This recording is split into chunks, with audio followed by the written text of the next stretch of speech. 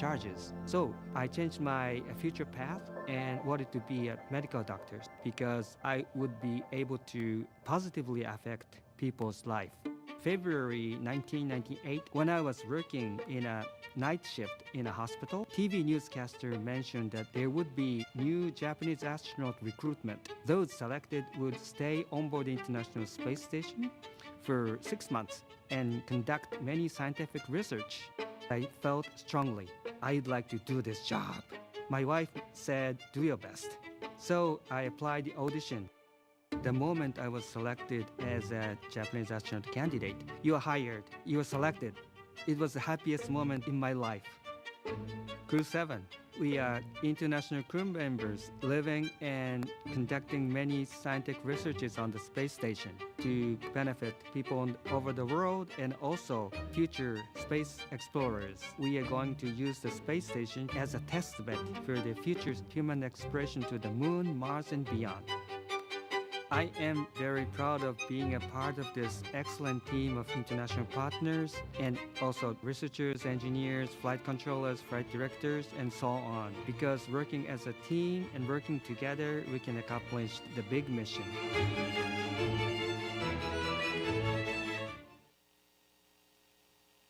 And here's a great shot, Jessica, rolling up to the rocket where you can see it right out your window.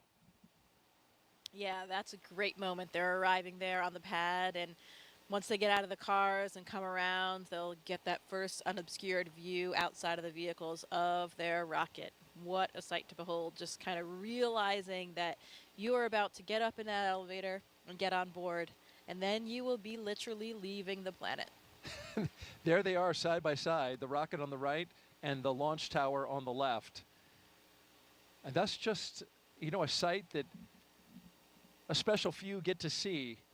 The hope is, with the continued progress of the Commercial Crew program and NASA's efforts to commercialize low Earth orbit, and hopefully more and more people will get to share that view. And in fact, the Axiom missions and many of these other private space flights has made that possible for more than just NASA astronauts. Yeah, I would say we are at an incredibly exciting time. You know, there are more and more ways to get to space for more and more people, and no matter how you look at it, that is a good thing, I think, for all of human civilization. It's really exciting. Core on countdown. The crew have arrived at the pad on schedule. At T-minus roughly 3 hours and counting, we got the confirmation that the crew is on the pad, and we want to talk now about our last mission specialist, cosmonaut Konstantin Borisov. He has a master's in aircraft life support systems and is a freediving instructor. It's a very natural thing for any human to explore. We want to see what's behind that hill, we want to see what's behind that sea, we want to see what's behind that planet. My name is Konstantin Borisov, and I'm a mission specialist for NASA's SpaceX Crew-7 mission to the International Space Station. I was born in Smolensk, Russia, but when I was 1 year old, the whole family moved to Zhukovsky. It's a small city not far from Moscow. I was always attracted to water. Water is my comfort place. I found out that there is such a sport called freediving, in which we are switching our mammalian dive responses and we can actually do breath hold diving and stay there for long. I did a course and something clicked. It was like the day which changed your life to before and after. I realized that there are so many things we don't know about ourselves. People think that they cannot hold their breath for longer than 30 seconds. But when I did my first freediving course, I showed myself I can do over 2 minutes. And that's crazy because you understand that your brain tells you have limits, but when those limits are off, your brain is like, wow, maybe there are more things. So it expands the way you see yourself and the way you see the world and the way you see how free you are. It was actually part of my preparation process to become a cosmonaut. But the preparation process, I enjoyed it. It's a lot of travel, it's a lot of new knowledge, and there is a big adventure waiting for you, and I'm very excited about that. For those who ask what a spaceflight is, I would say that we have 3 big jobs. on the space station. First job is experiments. Second job is take care of the station, doing the maintenance, repair what's broken, storing things, restoring things, cleaning up. And the third big topic is actually taking care of your body, because in weightlessness you cannot help but train. I think many people don't understand that technology advancement which we have had during the last 50 years mainly comes from space exploration. People get very comfortable with using their phone and have very fast computers in space, motivates us to create those advancements. I want to take part in it, and I want to put my small stone into this pavement which leads us to the new asteroids, to the new planets, and to the new systems.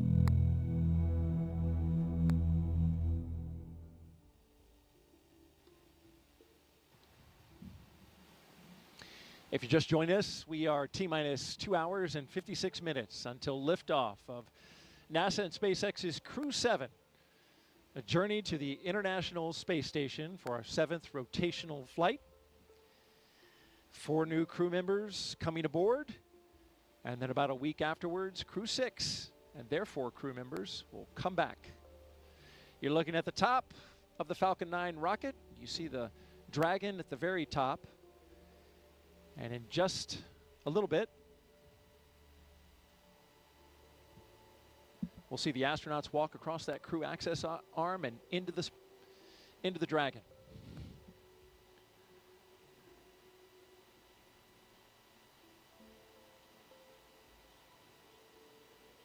You know, we complain about these night launches from our point of view and being up all night, but there is something special about them, isn't it? It's really spectacular with all the lights.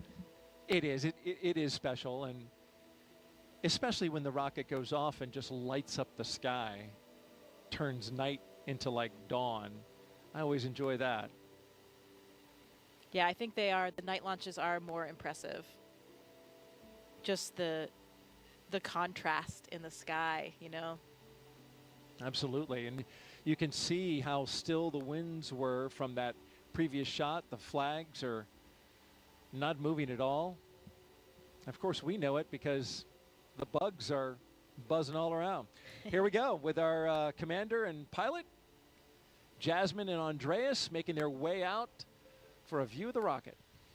And there it is, that traditional lean back. You got to try to take it all in, and it's a tall rocket.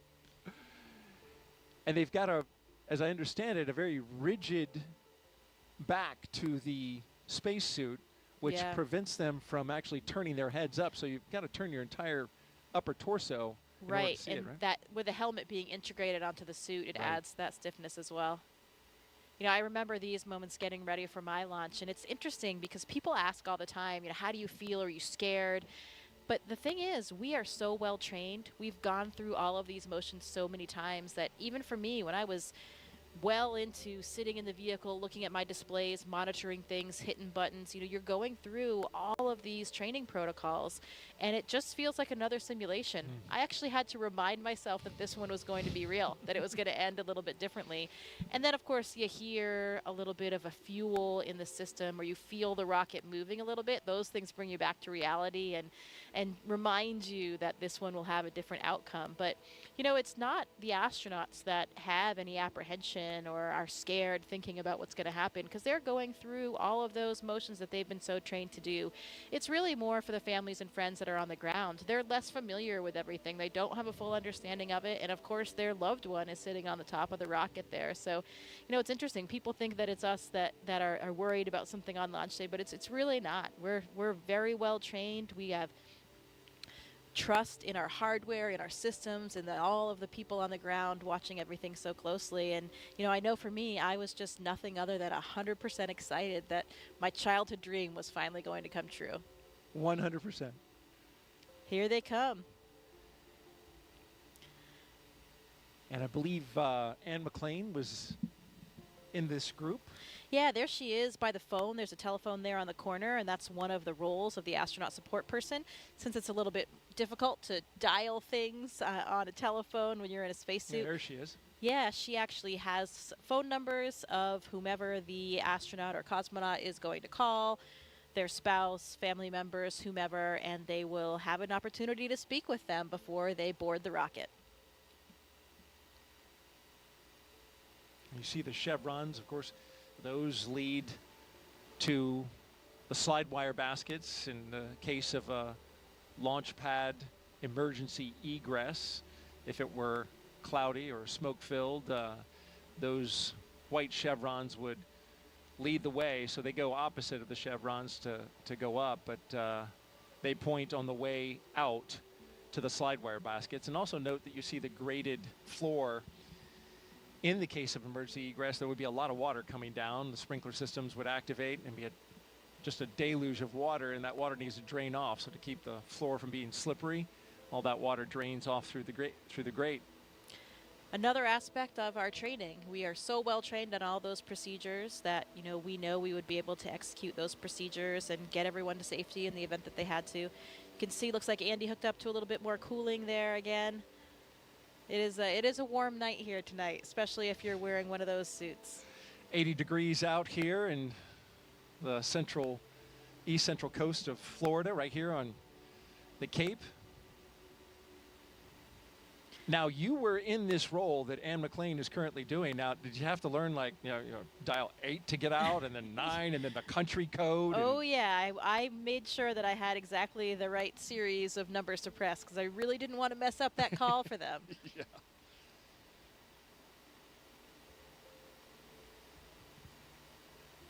Is it, I mean, you must hear the phone call, right? You're standing right there.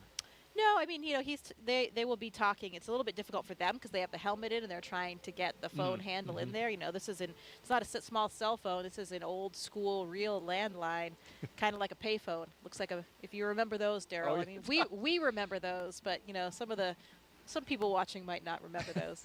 I do remember. Oh, look, he's waving. He's waving on the cameras as well. I'm sure he's waving to his wife and 3 children. This is the first time for an ESA astronaut to be in the pilot position in a Dragon. So Andreas making a little bit of history here on tonight's flight.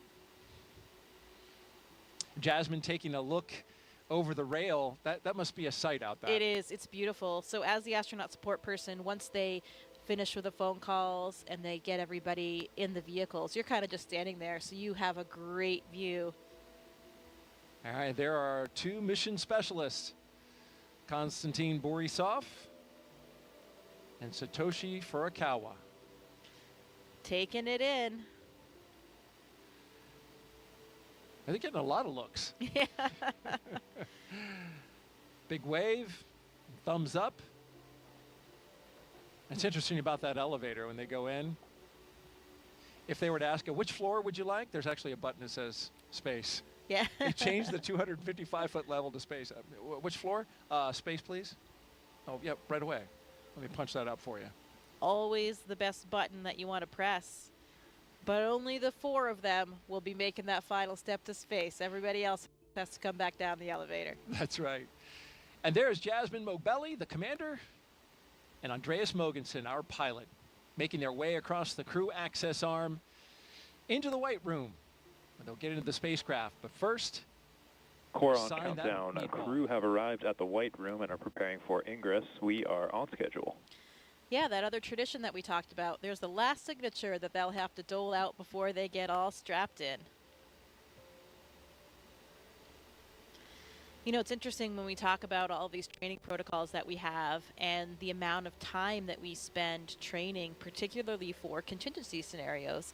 That's where we really want to make sure that our skills are sharp and we are ready for that in the event of any kind of emergency. We're ready to execute and get the job done. And most of our training for our ISS missions ends up being for launches and landing. And if you think about that, we're talking now about a 6-month mission on the space station, and that ride to space is only a few minutes and a number of hours before they get to space station, and coming down is usually even quicker depending on the profile. So it's really only a minuscule fraction of our entire mission, but because it is such a dynamic phase of getting to space and coming back, that's where a lot of our training is really focused.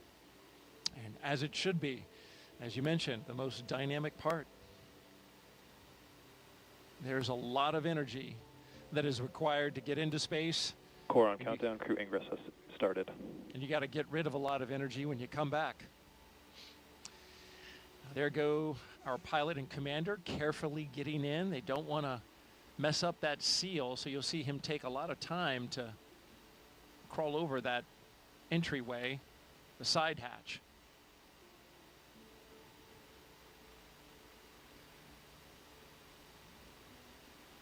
It's a cool view going down that access arm, isn't it? It sure is. Again, I think that night sky helps with the dramatic scene we're creating here tonight. For sure, as we wait our 2 mission specialists to wrap up their phone calls, and then they'll be coming right down that crew access arm. We've been doing this for 3.5 years now, but that crew access arm still looks futuristic.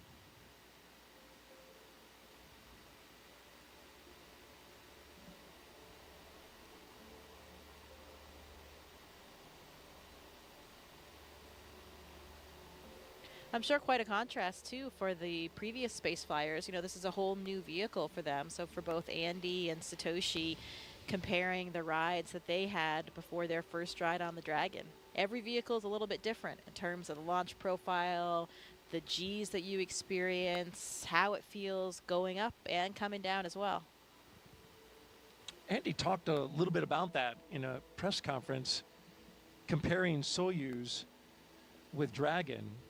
And you, of course, flew Soyuz up to the International Space Station. And I thought it was interesting. He mentioned that his flight time to space was something on the order of 56 hours, which is almost double what the Dragon takes to get there. A lot of that is orbital mechanics, obviously where you're launching from on the Earth to get up to the ISS.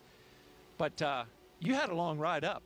Well, it depends on the profile that you fly. So a lot of times it is about a 48 hours, a 2-day profile. That was more common in the past. Now, actually, it's more common to do either a 4-orbit or a 2-orbit profile, which means it's only about 6 hours. That's what I had, 6 hours to get to space, so much faster. Oh, wow. And that is more common now. And now we even have the 2-orbit. So Laurel O'Hara, her Soyuz will be flying the 2-orbit rendezvous. So that is only about 3 hours, and that happens very quickly.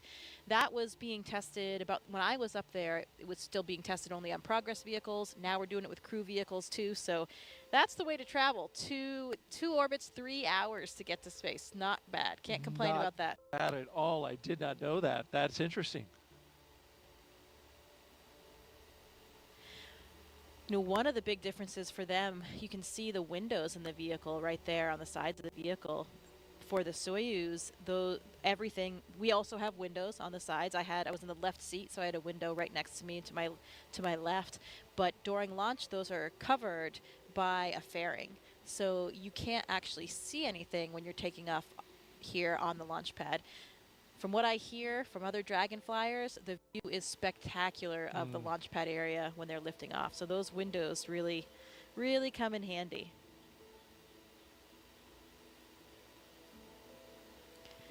You know, Thomas Pesquet tells me those windows are also really useful for viewing the northern and southern lights, the aurora from space station. When the Dragon is docked, the orientation that you have looking out those windows, you can spot those aurora and see them coming from hundreds of miles away and get your cameras ready. And that's opposed to when you're just looking out of the cupola, sometimes you don't see them till they're already there. And then you're frantically getting your camera ready and trying to capture it. Sometimes it's too late. So those Dragon windows can give you a little bit of a heads up to get configured for the aurora. How about that? I mean, it's on my bucket list just to see an aurora from Earth. I just imagine what it'd be like in space. Well, you know, Daryl, people make fun of me for saying this, but it's still true. I've only seen them from space. How about that? You know, maybe that sounds a little bit annoying. I would love to see them from Earth as well, but it's nice to still say for now, I've only seen them from space. I was in northern Sweden last year hoping to get a view, but we didn't. Yeah, it's got to be just right in order for that to happen. You got to have some As I understand it, some solar particles coming your way, right? Yeah, you have to have the right things happening out there in the solar system, but also have to have good weather here on Earth so that your view isn't obscured by clouds or...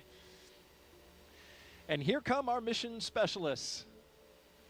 On the left, Konstantin Borisov, and on the right, Satoshi Furukawa. They're even dancing their way down the hallway. Oh, they're loving it.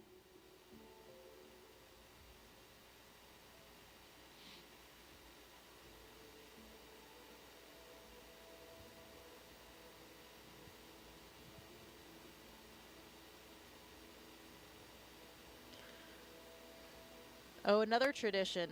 A lot of times our astronauts and Konstantin here, you can see taking the name tags of some of their ground support personnel, and they'll be flying those to space with them.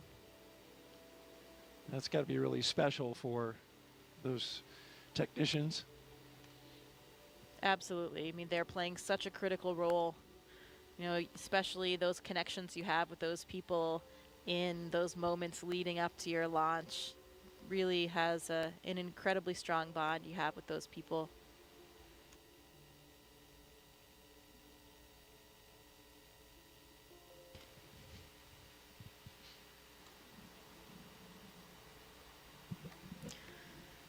Any good astronaut or cosmonaut always has a Sharpie with them. I don't think there's a Sharpie pocket on this suit, but the technicians are handing them Sharpies to get this job done. Yes, in fact, it's on the to-do list. Make sure that the Sharpie is in the white room.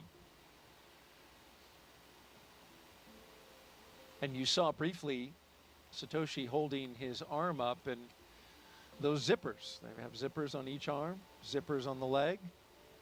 Those got to be zipped up, nice and secure, so that that pressure suit functions exactly as needed. Yeah, there's actually 2 layers of zippers. That was probably just the external one, so there's a redundancy there. The main pressure is held by the lower set, the more internal set of zippers.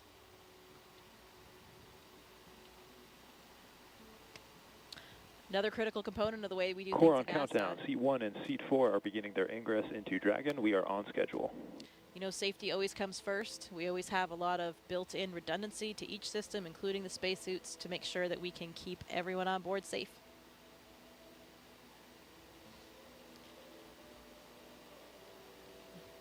Another big difference that I'm sure Andy and Satoshi are feeling right now is the difference of the seats between Dragon and the Soyuz spacecraft. You know, you have a much more natural kind of sitting position in Dragon, a lot roomier for you to stretch your legs a little bit. You know, their heels will actually be kind of clipped in, not clipped, but there's a little runner there that you slide your heel in. It's a little notch in the boot. You slide that onto the boot plate to help secure your feet for the launch and landing process. But while they're sitting there on the launch pad, they can take a foot out if they want, stretch a little bit, and move around. Kind of like a ski boot and a ski, or a, you know, cycling shoes that have those. Yeah, kind of like that cycling shoe, but a little bit of a different mechanism. It's just kind of a front to back slide. You can see Andy looking up at the displays there. Looks like he's configuring something or checking something on the monitors. And Satoshi and Konstantin getting strapped in. They have their little satchels, that's what they call them, on their knee there. They have a tablet, so they have procedures on the tablet. If they have a few small items that they might need during the ascent, they can have them in that little satchel as well.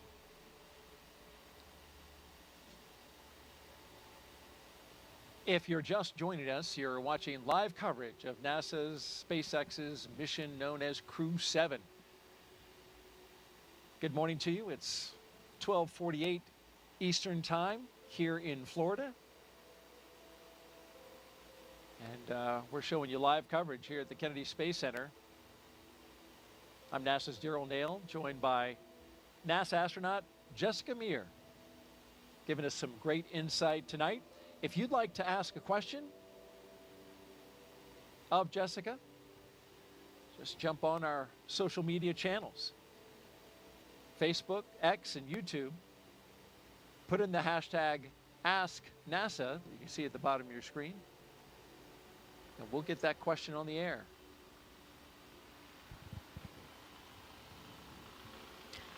Here's some helicopters in the distance, maybe clearing the range, checking up on things, making sure that everything is good in the surrounding area.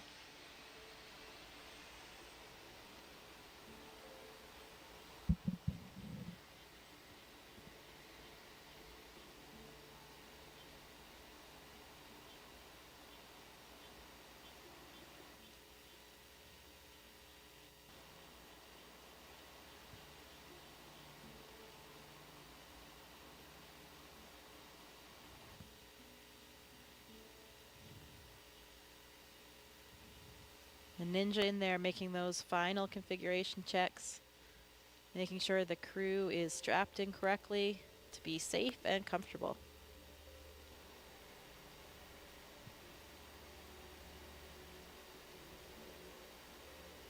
Another one of the key components on making their way into the Dragon is being aware of FOD, right? Foreign object debris. That's a big deal in space flight. They wear special pads on the bottom of their boots that come off once they go in. And then, of course, those technicians want to be aware of anything that falls off the astronauts and make sure that they collect it. You certainly don't want something floating around inside the Dragon when you're launching. Yeah, and it's true. Everything floats. I remember that when we made it to space, and you never forget that moment when you first experience weightlessness, but everything experiences weightlessness. So any little particles that were down on the ground that you don't even see, you don't even notice because they're on the floor, everything kind of starts lifting up and coming up. So you really want to avoid having anything else in there that can float up and get lodged somewhere in the hardware or get in your eyes or something like that. But stuff you never really think about, here on Earth. Those are the little things that make living and working in space more difficult, but a lot more fun as well. Do you remember anything in particular that floated up that you weren't expecting? No, not really that I wasn't expecting, but that moment, I didn't know about the little particles or dirt pieces on the floor or stuff like that. I hadn't really thought about seeing those things lift up, but I had my tablet strapped to my leg, and I also had a little stylus that was on a lanyard strapped to that. Your pencil or stylus is floating there in front of you, and you never forget those initial moments of weightlessness.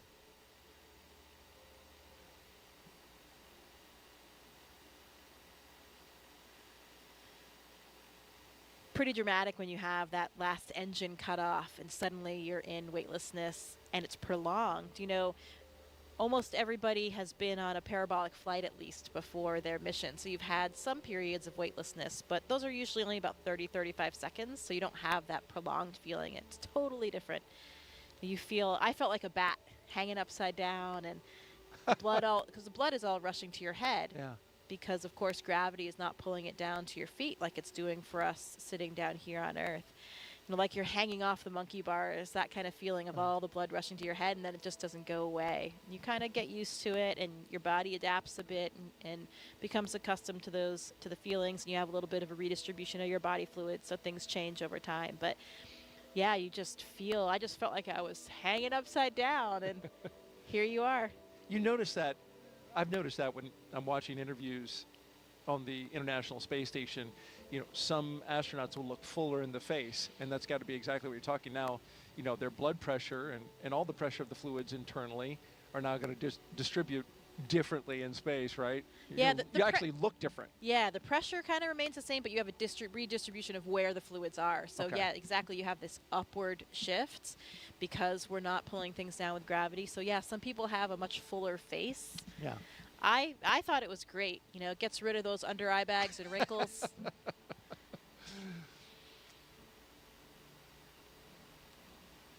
Very flattering, microgravity. Okay. I remember what you did on International Women's Day. You wore a dress. I did. Pretty sure that was the first dress in space. I think it was. And that clip really stands out online. Well, I think it's important, to represent everybody. Yeah. And I think that's what's so nice about the makeup of our office and of the partner agencies now is that you do have so much diversity in the office. astronauts don't just look like one thing anymore. They don't come from one mold. We have people in our office that are, still the traditional military test pilots like the first astronauts, but we have scientists of all types. We have medical doctors, we have engineers, we have men, we have women, we have people from all different ethnicities and backgrounds, and that makes it just a much more interesting place to work. There are so many studies on the ground, right, that show that we have more successful, more productive teams, and we have that kind of diversity and actually much more job satisfaction as well. I believe we have a social question as the astronauts are getting comfortable in their seats, got their harnesses on. Coming up in a little bit, we'll be articulating their seats up to launch position. And here's our question from Savannah again, who is here taking everything in with the NASA social group. How is it decided, Jessica, who gets to go up on each designated mission? Well, it's certainly not decided by us, I can tell you that. And we have a chief astronaut for each space agency, and for us that's Joe Acaba. We talked about him. We saw him in the suit room, and basically that chief gets to decide who is the right person to fly for each mission, and we get approval from people above him, his bosses as well. But he's really responsible for forming those crews and getting everybody assigned on their missions and making sure that he has a nice crew complement. And there's certain skill sets. All astronauts, as you mentioned, are not the same, but then there are skill sets that once combined with a crew Dragon, ready for comm check. are complementary. Copy, Dragon. Stand by for umbilical comm check. Yeah, absolutely. Now for the space station, we all have the same training. So everybody is trained on everything from science to spacewalks to flying the arm. CDR, PLT, MS1, MS2, comm check. Loud and clear, how many? Core, loud and clear. Has you loud and clear. How many? Core's got you loud and clear. This one has you loud and clear. How many? Core's got you loud and clear. So I have you loud and clear. How many? Core's got you loud and clear. Umbilical comm checks are complete. Report when ready for seat rotation.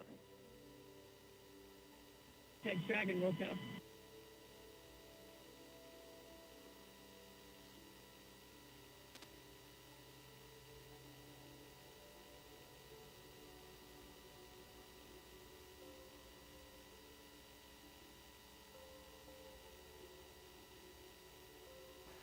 So we just got good comm checks with each of the crew members aboard Crew-7.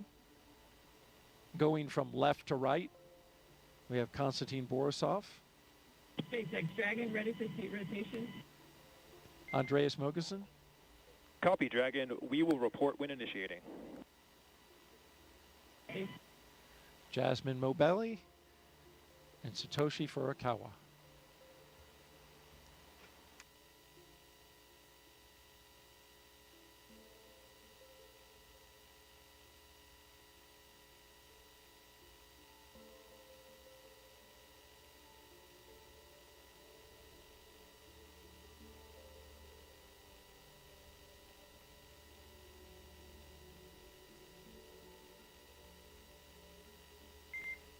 And Dragon SpaceX initiating seat rotation.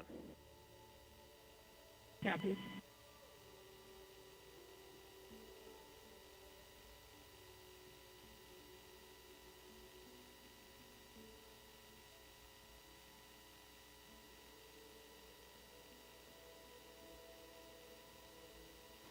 So there they go. With a big wave as they rotate the seats upwards so they can be better configured for launch, of course, and also they'll be able to see their display panels directly in front of them. Yeah, and the main reason why we want to launch and land in that position is for the G forces, the gravitational forces that we experience. Get up to 3 or 4 Gs on launch and landing, on a nominal launch and landing. And when you take those G forces through your chest, so when you're on your back, those forces are coming straight down, so they're hitting through your chest, that's much easier to deal with than if you were sitting straight up, then they were hitting your head. That would really drive the blood out of your head, and that's why, you know, if you're flying a jet, that kind of Dragon thing. SpaceX, seats are in the launch position. You are go for Section 2, suit leak check preparation. SpaceX Dragon copies, proceeding to Section 2, suit leak check preparation. So yeah, if you're a pilot and you have those G-forces that you're experiencing while sitting up, the blood can drain from your head, and that's why you can get dizzy or lose consciousness, and you have a G-suit on, or maybe you do different maneuvers to help counter that. So it's much easier on the human body to take those G-forces through your chest. And we train in centrifuges as well so that we become accustomed to what those G-forces are, how they feel, and make sure that you can still feel comfortable, function with what you have to do. For me, for the Soyuz training, we did a lot of that in Star City with the centrifuge. We went up to 8 Gs, and we also did some landing profiles under the G. So you're in the centrifuge and you're controlling where your descent is to make sure, you know, to see what that would really feel like for the real day. And actually, I was pretty surprised. You know, taking those Gs, as we said, through the chest is a lot easier to deal with. 8 Gs is a lot, though. 8 Gs is a lot, and that's a lot more than you would experience on a normal launch and landing, but that would be for the Soyuz for a ballistic entry. If you had something a little bit off nominal with your re-entry and you went into that different type of profile, you could experience around 8 Gs. So that's why we train for that.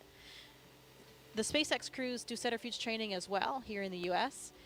And I'm not sure what the maximum of that profile is. They probably fly similar. I think they actually fly the real Dragon profile for launch and landing, which would be up to around 4 Gs.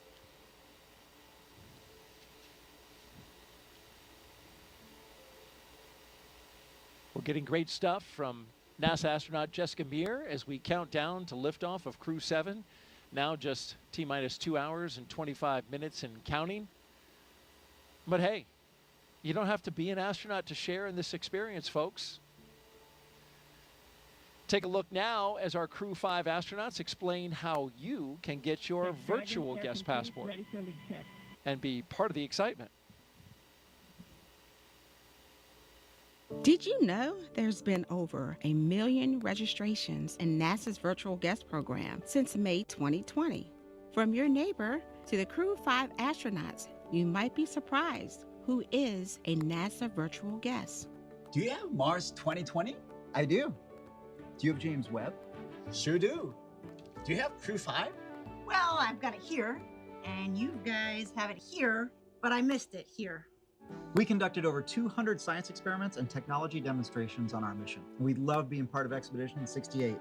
We even remembered a virtual guest passport for Einstein, our freefall indicator, but we forgot to register and missed the stamp. Even if you're doing existing research, never miss a stamp from NASA's virtual guest program. Whether you're en route to the International Space Station or located anywhere around the globe, register at nasa.gov/virtual guests to receive updates on missions and milestones. As a virtual guest, you will receive curated resources and a stamp for your passport following a successful launch. Remember, you only get the updates and stamp if you register. I joined. I won't miss it next time.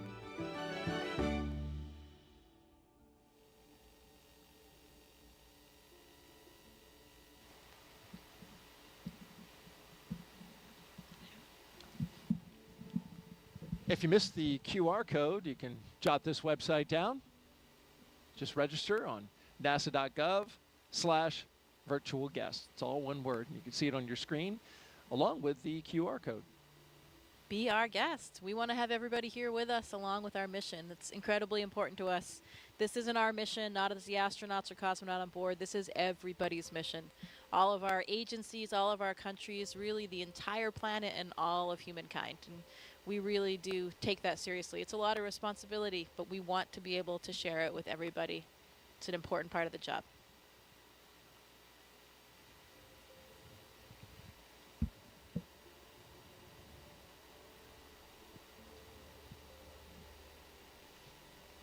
Good view of their boots there. It's the second iteration of the boots, I believe, or maybe even third. The early Demo 2 and earlier missions had a different style boot. Yes, Andreas Mogensen's knees and boots are prominent in this particular shot. And once they test again, the pressure suits, we'll see those inflate, and the crew members will kind of get a little bit of a zombie look to them. Arms will come up a little bit because, yeah, when your suit's pressurized, it's going to make you look a little inflated. Yeah, and working against that pressure, it's kind of like squeezing an exercise ball. All of your motions are a little bit more difficult to accomplish in that pressurized state. But of course, that pressurized state is really only there to protect us. If for some reason we had a depressurization in the capsule at any time during the space flight, those suits would inflate and they would protect us, still provide us with the air that we need to breathe and protect all of the systems of our body. So that's why we wear them. Nominally, during the mission, you would never have it inflated at all, just during these pressure checks to make sure that it works. You would never wear this suit outside of the Dragon. This is just in case, something breaks the hull or somehow you lose your atmosphere inside the Dragon. Right, absolutely, that's correct. So the spacesuit that we wear to do spacewalks on the space station, the Extravehicular Mobility Unit, or the EMU, much different than these suits. Dragon, we copy and concur 4 good suit leak checks. Closeout team will be performing its final closeout steps. You are go to proceed to Section 4 and report when ready to close the side hatch. Dragon, also proceeding with Section 4 side hatch closure. Good news, 4 good checks. You can hear Jasmin speaking to the ground and getting ready for those next steps.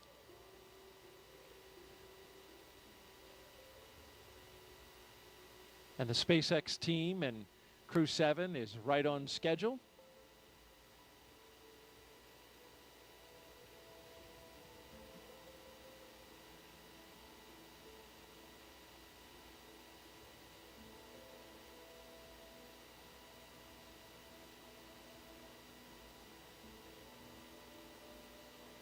We got a split view now.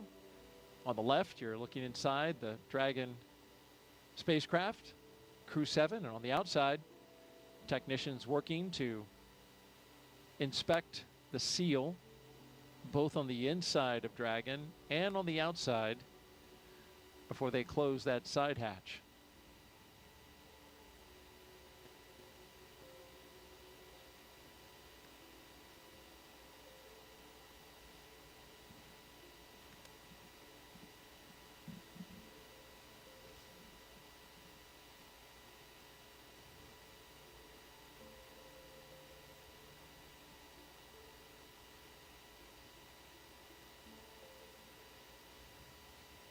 Dragon crew is ready for side hatch closure.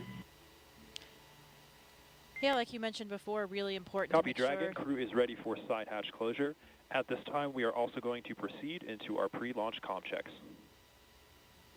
Want to make sure nothing is along that hatch seal. Even a hair, something as small as a hair, can disrupt the seal. Another reason why those ninjas are all really covered up, so that they don't, have anything fall in when they're going in and out of the hatch. In fact, we did have a hair breach the seal and had to reopen it up. Many of these other private and get it cleaned out. Exactly. Another reason why we do these checks, to make sure everything is in the proper configuration before we go. Dragon, SpaceX, comm check. SpaceX Dragon has you loud and clear. How me? Core has you loud and clear. TDRS comm check is complete. Stand by for comm checks with DC, MD, and LD in the launch configuration.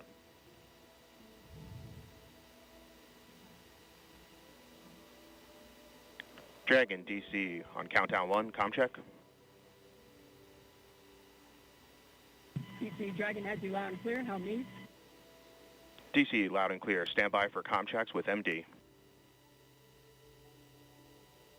Dragon, MD on countdown 1, comm check. MD, Dragon has you loud and clear. How me? MD, loud and clear. Stand by for comm check over Dragon to ground. Dragon, MD on Dragon to ground, comm check. MD, Dragon has you loud and clear. How many? MD, loud and clear. Stand by for comm checks with LD. Dragon, LD on countdown 1, comm check. LD, Dragon has you loud and clear. How many? LD, loud and clear. Stand by for comm check over Dragon to ground. And Dragon, LD on Dragon to ground, comm check. LD, Dragon has you loud and clear. How many? LD, loud and clear. Let's go fly. Let's do it. And Dragon SpaceX, launch configuration comm checks are complete. Dragon copies.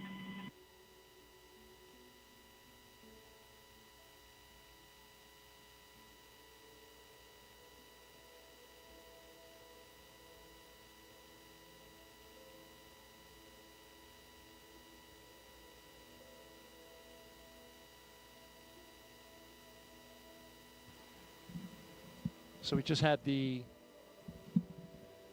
communication checks across the ground stations and the TDRS satellite network. You need a lot of ways to be able to communicate with a spacecraft when it's accelerating at a high rate of speed going up to space, and then of course once it's in orbit.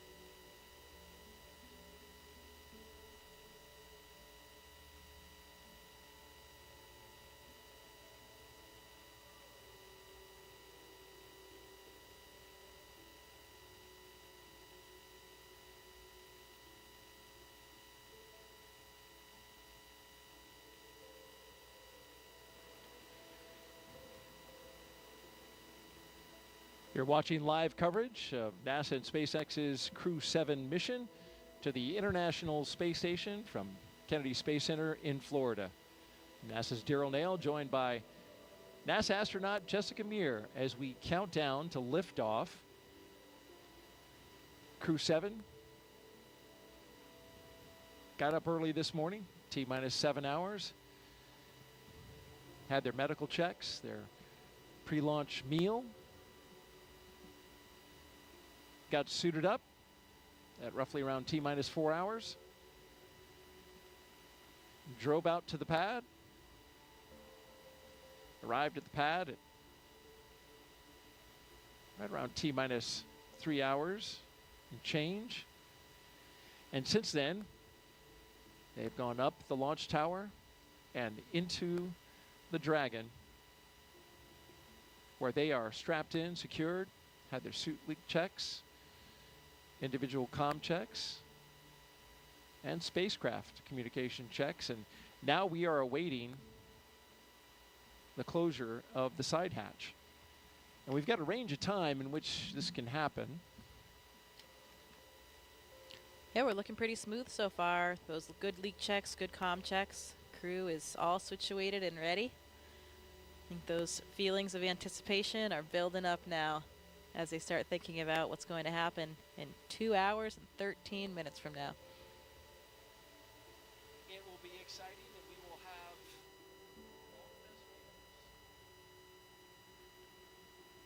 it certainly will be exciting, and we'll have all the best views as they go into space. If you're just joining us, you're watching live coverage of SpaceX and NASA's Crew-7 mission to the International Space Station from here at the Kennedy Space Center in Florida. We have beautiful weather for launch. We are 95% go. It doesn't get any better than that, Jessica. Wow, I don't think I've heard a number that high for a while. Yeah, sounds yeah, great. The 45th Space Wing started going to increments of 5 percentage points. They used to do just 10, but then they changed it to 5. Now the best you can get, it used to be 90%. Now it's 95%. All right. Can't ever get 100 though. It just has to be, 95. Well, we've got a lot of overachievers on board. That's probably difficult for a lot of people in our office not to get that 100%.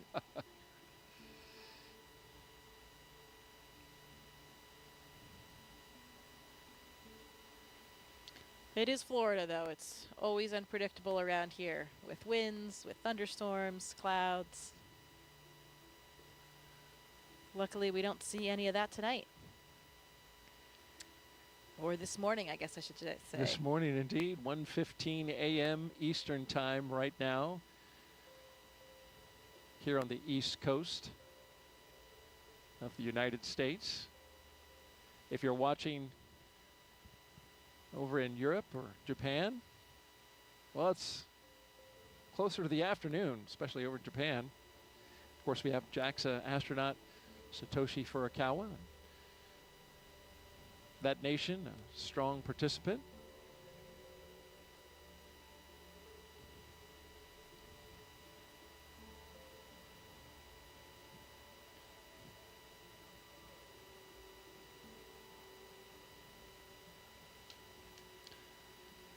(7:16 a.m. in Copenhagen), so Andy's fans are probably waking up. What a great way to start their day over there in Denmark.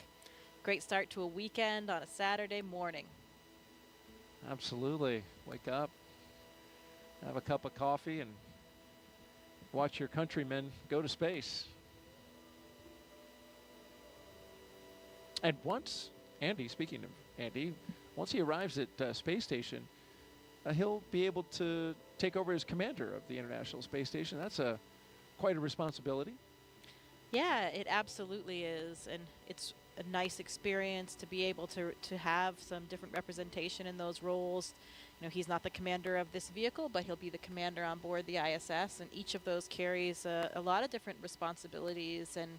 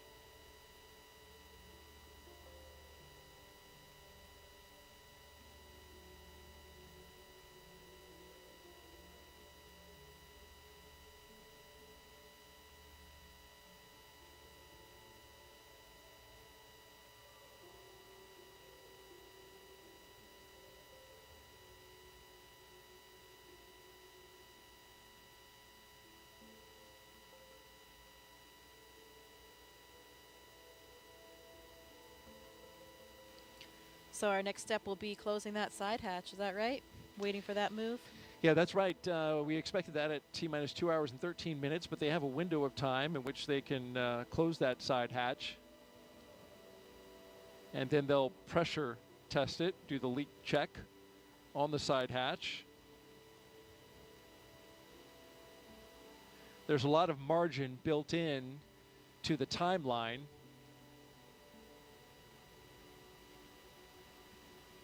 So that in case they have something come up, they have time to work it. We've seen that happen on a few missions prior.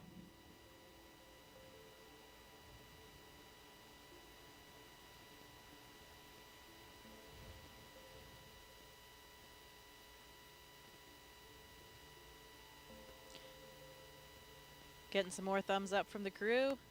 More waves.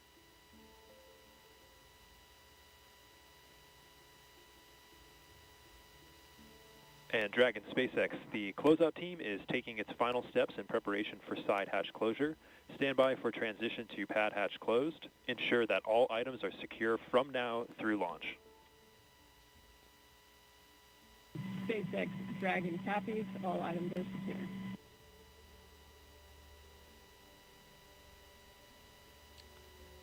Just like we mentioned, want to make sure that things aren't going to be floating away from them in the launch environment. Straps and Velcro are your best friend when you're in space. I've always likened that call to the stow your tray table and put your seat upright, you know.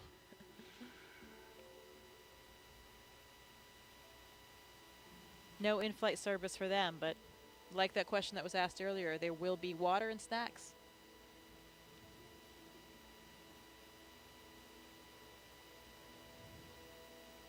And as we await side hatch closure, if you've got a question for our own Jessica Meir, NASA astronaut, just punch up #AskNASA on the social sites, Facebook, X, and YouTube.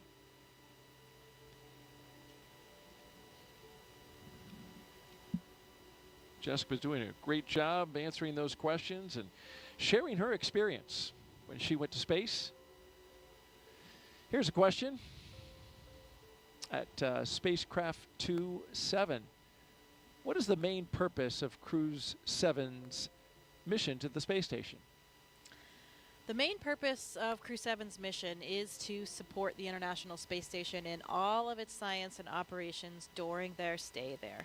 So what does that mean? You know, now that we are at assembly complete for the space station, which we reached back many years ago, 2011, I believe it was, assembly complete, we have much more time for doing what we call utilization. So any type of scientific experiment or something that is flying as a hardware demonstration, those are our most important objectives. That's science that we are getting done. Of course, you have to do maintenance as well. You need to fix the toilet, change the light bulbs. We don't have those plumbers or electricians coming up to help us out, so we have to be able to do all the work ourselves.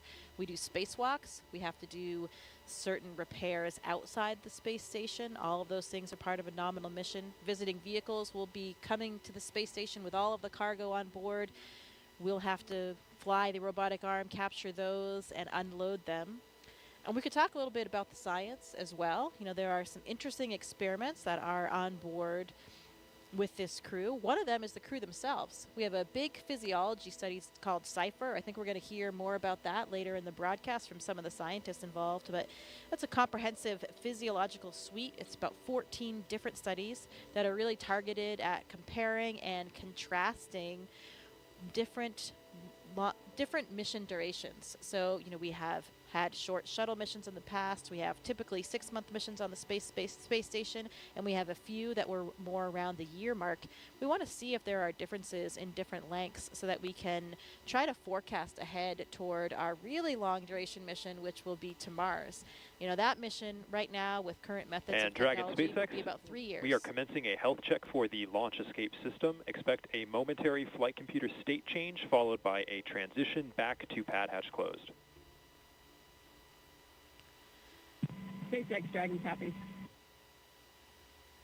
So when you go to Mars, it takes about 6 to 9 months to get there, 6 to 9 months to get back. You want to spend a good amount of time there on the surface as well to make it worthwhile. So that's why we call it about a 3-year mission. And we want to understand the physiology involved in that kind of length of a mission. So that's really what this CIPHER study is designed to get at. Try to understand the differences between these short and longer. You know, what happens between 6 months and a year? Is there just a plateau that is reached? Do things stop changing? Or do we have a linear increase in certain parameters or that kind of thing? We want to understand more about those experiments. There's a sleep in orbit experiment that sounds pretty interesting. I think Andy will be a subject for that one. I'm not sure, maybe someone else as well.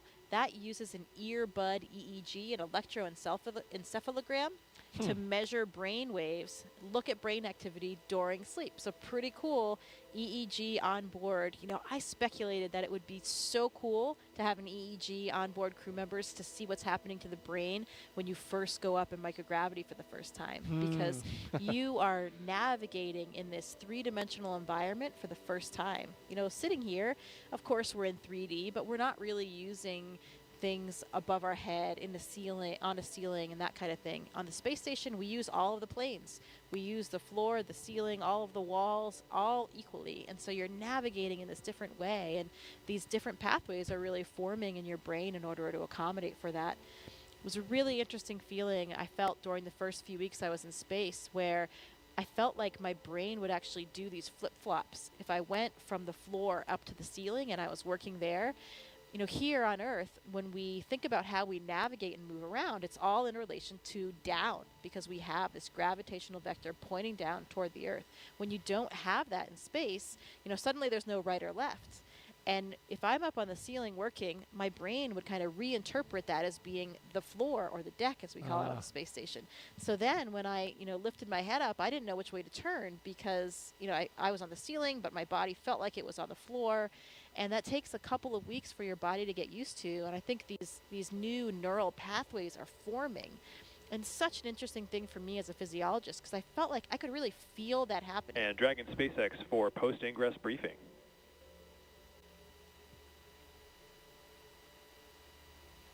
Go for Dragon. Okay, Jaws, we'll keep this one short. At this time, the Dragon team and F9 teams are not tracking any issues, and you couldn't ask for better weather. How copy? Dragon copies. Good to hear.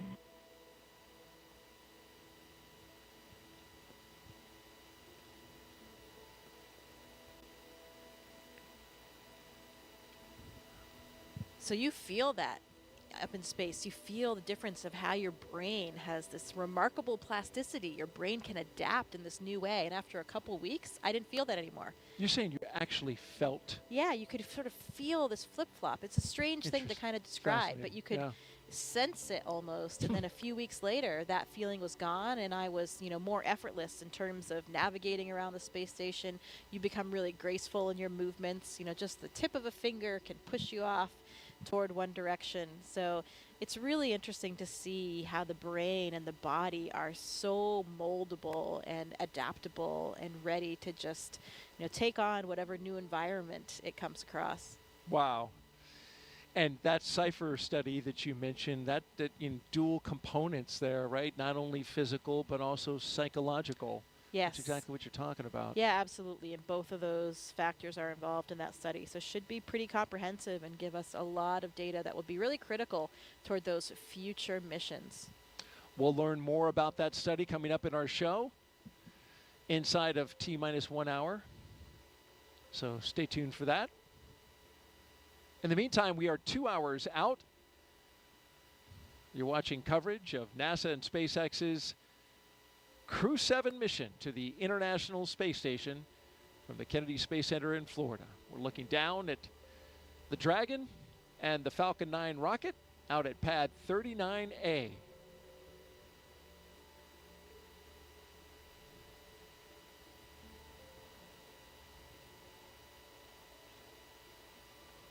It's been a smooth countdown so far.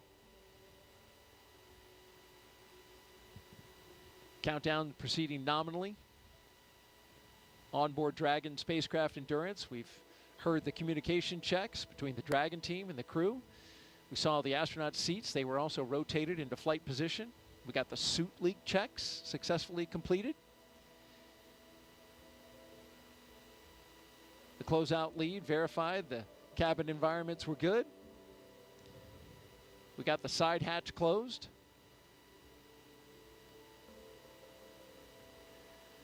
And then after all that, the SpaceX closeout team will perform the final leak check on the hatch.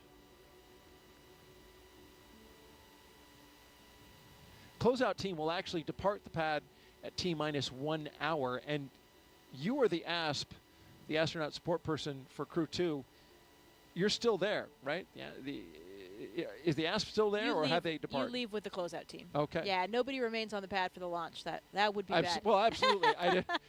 I was wondering if they had already left, but No. it's at Yeah, they right all now leave they're together. still there. Yeah, that's right. So Anne is still there, probably hanging out somewhere around that phone area, Yeah. and then she will leave with the closeout team. Anne McLean, she's talking about, spaceflight veteran, NASA astronaut. And there she is. There she is, yeah.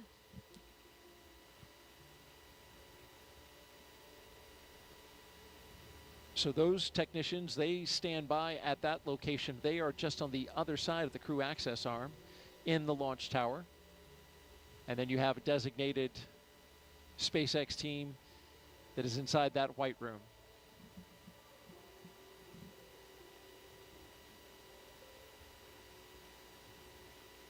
And as they continue to check that side hatch, been getting some great stuff from Jessica. Just fascinating to listen to you talk about all the aspects of space flight and the experiments that are going on and what it was like for you.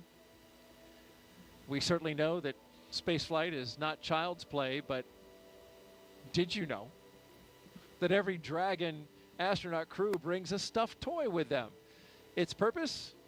Well, when the toy starts floating, the crew then knows that they have reached 0G. That's the confirmation. And there's been a few of these over the years. Of course, as we've done our missions, that toy is called a 0G indicator, and there's been 8 on Dragon so far. Starting with this little guy, Plush Earth, floating around by himself in the first uncrewed flight test in 2019 called And Demo 1. That was Anne McLean again. And it was, once she was on space station. This is a sequin bedazzled dinosaur named Tremor, picked out by Bob and Doug's sons. Then we go to Crew 1, Baby Yoda. The first stuffed animal, there's a penguin, Gwyn, the penguin, with Crew 2. And then Crew 3, the turtle, classmates Raja Chari and Kayla Barron, of course. And then you see the first humanoid. That was the Einstein doll floating around. There he is. We spot shadowed him. And then here, inside the International Space Station, there's Suhail, the mascot for the United Arab Emirates. So the question is, Jessica, what did Crew-7 bring? You know, I do know what they have, but I'm not sure if we're supposed to reveal it quite yet. We're going to wait for the view. Let's wait for the view. Let's wait. When we get it Dragon in the view. SpaceX, nominal side hatch leak check. I can tell you about mine. On Soyuz, we have this tradition as well. SpaceX Dragon copies, nominal side hatch leak check. Good call there, though, on the side hatch leak check. That's good. My commander brought, it was a small stuffed unicorn. I think it was from his daughter. So that was what we had to demonstrate microgravity for us. And really for everybody watching, because that's, you're still strapped in during all those moments. So it's difficult to tell if there's any weightlessness yet or any relative motion. But that's why you have the microgravity, the zero gravity indicator. Not truly zero gravity, so it's a microgravity indicator, I'd say. Or even sometimes called a 1G indicator, because you can see when you're back in 1G when you're landing as well. So you use it on the way down? I think so. I'm not sure if the Dragon they still have in the capsule on the way down, if it's secured or not.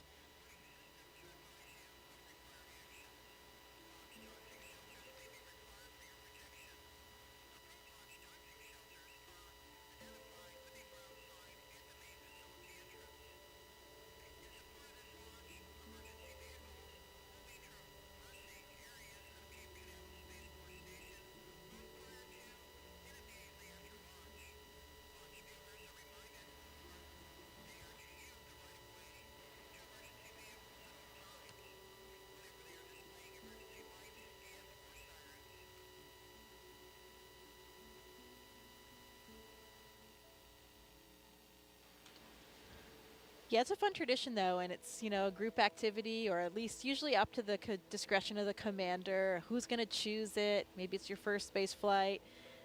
Children are often involved, so everybody gets to play along and have a role and see that microgravity indicator launching.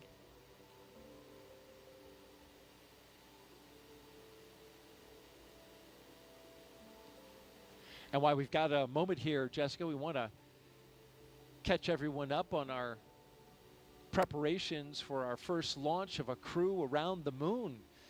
First in more than 50 years. Let's take a look at our Artemis Moon Minute.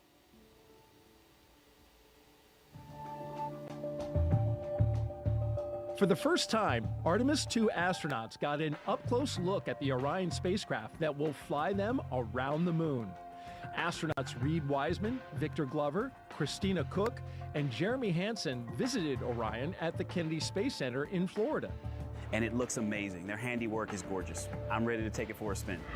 Until launch day arrives, the crew is training at the Johnson Space Center in Texas. They use the Neutral Buoyancy Lab, a giant pool, to practice safely getting out of a floating mock-up of Orion. And it's not an easy task. Navy divers in rafts will harness and hoist the astronauts into the air by helicopter, where they will be taken to a nearby Navy vessel. Back at Kennedy, we got a look at the brand new Artemis crew transportation vehicles. So the first 9 miles of the journey to the moon starts in these crew transport vehicles. On launch day, these fully electric, zero-emission vehicles by Canoe Technologies will reunite the Artemis 2 astronauts with Orion at Launch Complex 39B.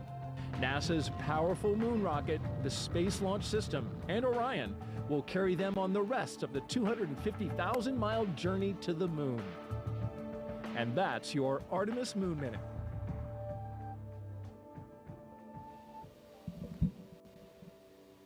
For Artemis updates, please see the QR code on your screen right now. Or you could visit the website at nasa.gov/Artemis 2. Certainly, you know all the crew members for Artemis 2, but also friends with the A2 crew, and 2 of them, Christina Cook and Victor Glover, were even part of your astronaut class, the 8 Balls, right? 2013? Yes, that is correct. Yeah, I am good friends with all 4 of them, and especially with those 2, with Victor and Christina being my classmates, it makes it even more meaningful. When you are classmates with new astronauts, there were 8 of us, of course, called the 8 Balls, and they're like your brothers and sisters, truly. They really are. And we, I know if anything happened day or night, I could call on any one of them, no questions asked. And it's really, really exciting that we're going to be sharing this moment with them. When I was on board, I even had, at one moment when I arrived, we had 4 members of our class. Half of our class was actually on board the space station at the same time. Oh, wow. Nick Hague was still there for the first 8 days of my flight. Christina, as we just talked about from the Artemis 2 crew, she was up there already. Of course, the historic all-female spacewalk. That's right. 2019, yeah. And Drew Morgan was there as well. So there were 4 of us from the class, and that was truly something we never thought would happen. A lot of times, especially in the past, you would see if a rookie astronaut flew their first time, often they were with more experienced people, so you didn't have a lot of rookies all at once, or 4 of your classmates at once. Yeah. So in the end, that's how it happened for us, and we couldn't have been happier. It's, again, you're flying with these people that you're already so close with and know each other so well. And of course, half that class was women, right? It was four men and 4 women. Yeah, that's right. That was the first time that we've ever had that 50-50 ratio. We still don't have a 50-50 ratio in the office, but we're trending in the right direction. I think we have about maybe 35% women right now, but heading in the right direction, really like all the STEM fields. And that's why it's such an exciting time when we are starting to have more equity from different backgrounds in everything that we do. As we look at the launch pad there, pad 39A here at the Kennedy Space Center, the Falcon 9 rocket, and the Dragon spacecraft on top. We're counting down towards the next few milestones, and we're waiting for the closeout team to leave the White Room and then eventually drive away. That'll be at T-minus 1 hour and 44 minutes, and then a few minutes after that, they'll drive away from the tower. There you see them by the elevators, wrapping up their work on the launch tower, and of course taking a lot of that equipment with them that was being used to cool off the astronauts. And so while they finish their work, let's learn more about what the astronauts are going to do once they arrive at the International Space Station. Let's take a look at their mission overview.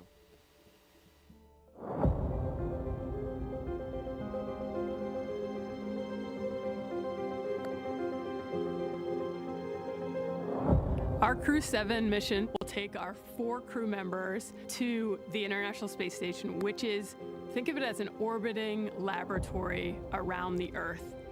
In the broadest sense, Crew-7 and Expedition 70 is about the exploration of space, because a lot of the science and technology development that we do on board the space station not only benefits future missions to the Moon and Mars, but it also benefits humanity and it benefits the Earth.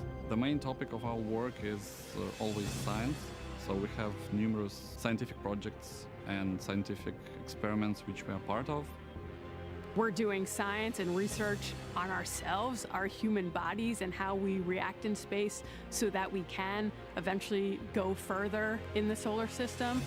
Using the long-lasting microgravity environment on board the International Space Station, which we cannot obtain on the ground, we can perform many scientific research that makes our life on Earth better.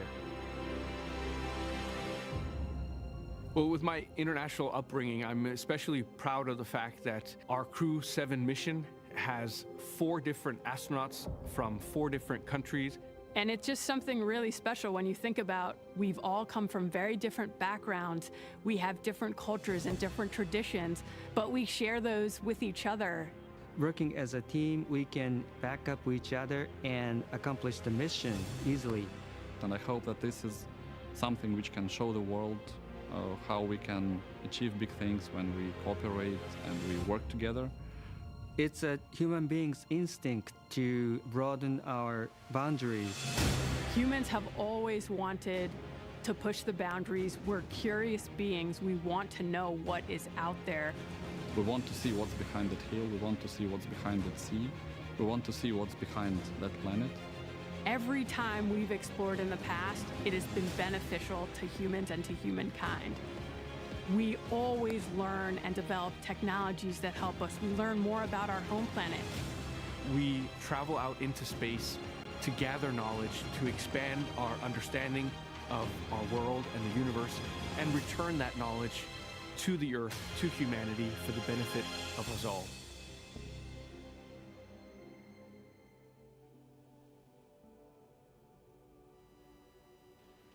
Welcome to the International Space Station Flight Control Room at NASA's Johnson Space Center in Houston, Texas, where teams work around the clock to monitor work and life aboard the orbital laboratory. Mission Control Houston is essentially the nerve center for operating the International Space Station, working in tandem with our partner agencies and providers around the globe. Together, we've ensured the station is ready to welcome Crew-7. Leading the team inside the room right now is Flight Director Chris Dobbins. He will lead the joint NASA SpaceX Go, No-Go polls once we're in integrated operations with mission controls here in Houston and SpaceX in Hawthorne, working together to bring Crew-7 to its new home in space. Like many launches to the International Space Station, today's launch has an instantaneous launch window, meaning the crew must launch at exactly 3:27 a.m. Eastern Time to line up with this space station. Launching at that time puts us in an orbit where Dragon's thrusters, which don't have the same power as Falcon 9, can carry Crew-7 the rest of the way to the space station. When Crew-7 arrives at the space station, they will no longer be referred to as Crew-7, but rather as Expedition 69 flight engineers. They'll be declared Expedition 70 once the Soyuz MS-23 departs in a few weeks with NASA's Frank Rubio on board. He will land September 27th with the longest single spaceflight by a U.S. astronaut with 371 days in space. Once on board, Crew-7 will conduct a direct handover with Crew-6, and Crew-6 will remain on board the station until their scheduled undocking day. A direct handover also helps ensure a continuous U.S. presence on the space station, a record approaching 23 years in duration. After docking and hatch opening on Saturday, Crew-6 will give Crew-7 a safety briefing and orientation, which might be particularly helpful for the first-time space flyers on this flight, NASA's Jasmin Moghbeli and Roscosmos cosmonaut Konstantin Borisov. As the station is first and foremost a laboratory, the crew will jump right into conducting experiments with new research still to be delivered on upcoming cargo flights. For now, we'll send it back to you, Daryl. All right, thank you very much, Courtney. Back here at the Kennedy Space Center in Florida, looking at pad 39A, the rocket and the spacecraft that will go to that destination that Courtney just gave us an update on, the International Space Station, which of course is flown from Mission Control in Houston. Give you an update on what's happening out the pad. We've got the crew inside the Dragon spacecraft. They are buckled in, plugged in, ready to go, had their comm checks completed.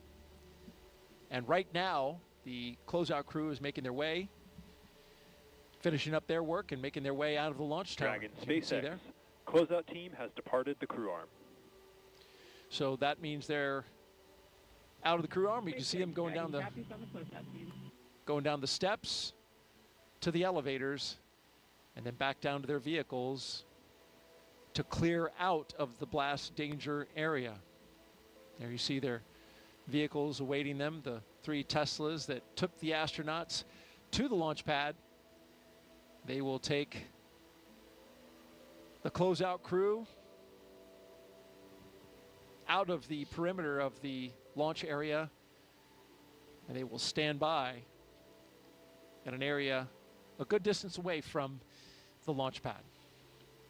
We're 1 hour and 41 minutes and counting until liftoff, and as we look at the pad and think about traveling to the International Space Station, we talked about the crew and how they'll be performing many groundbreaking science experiments.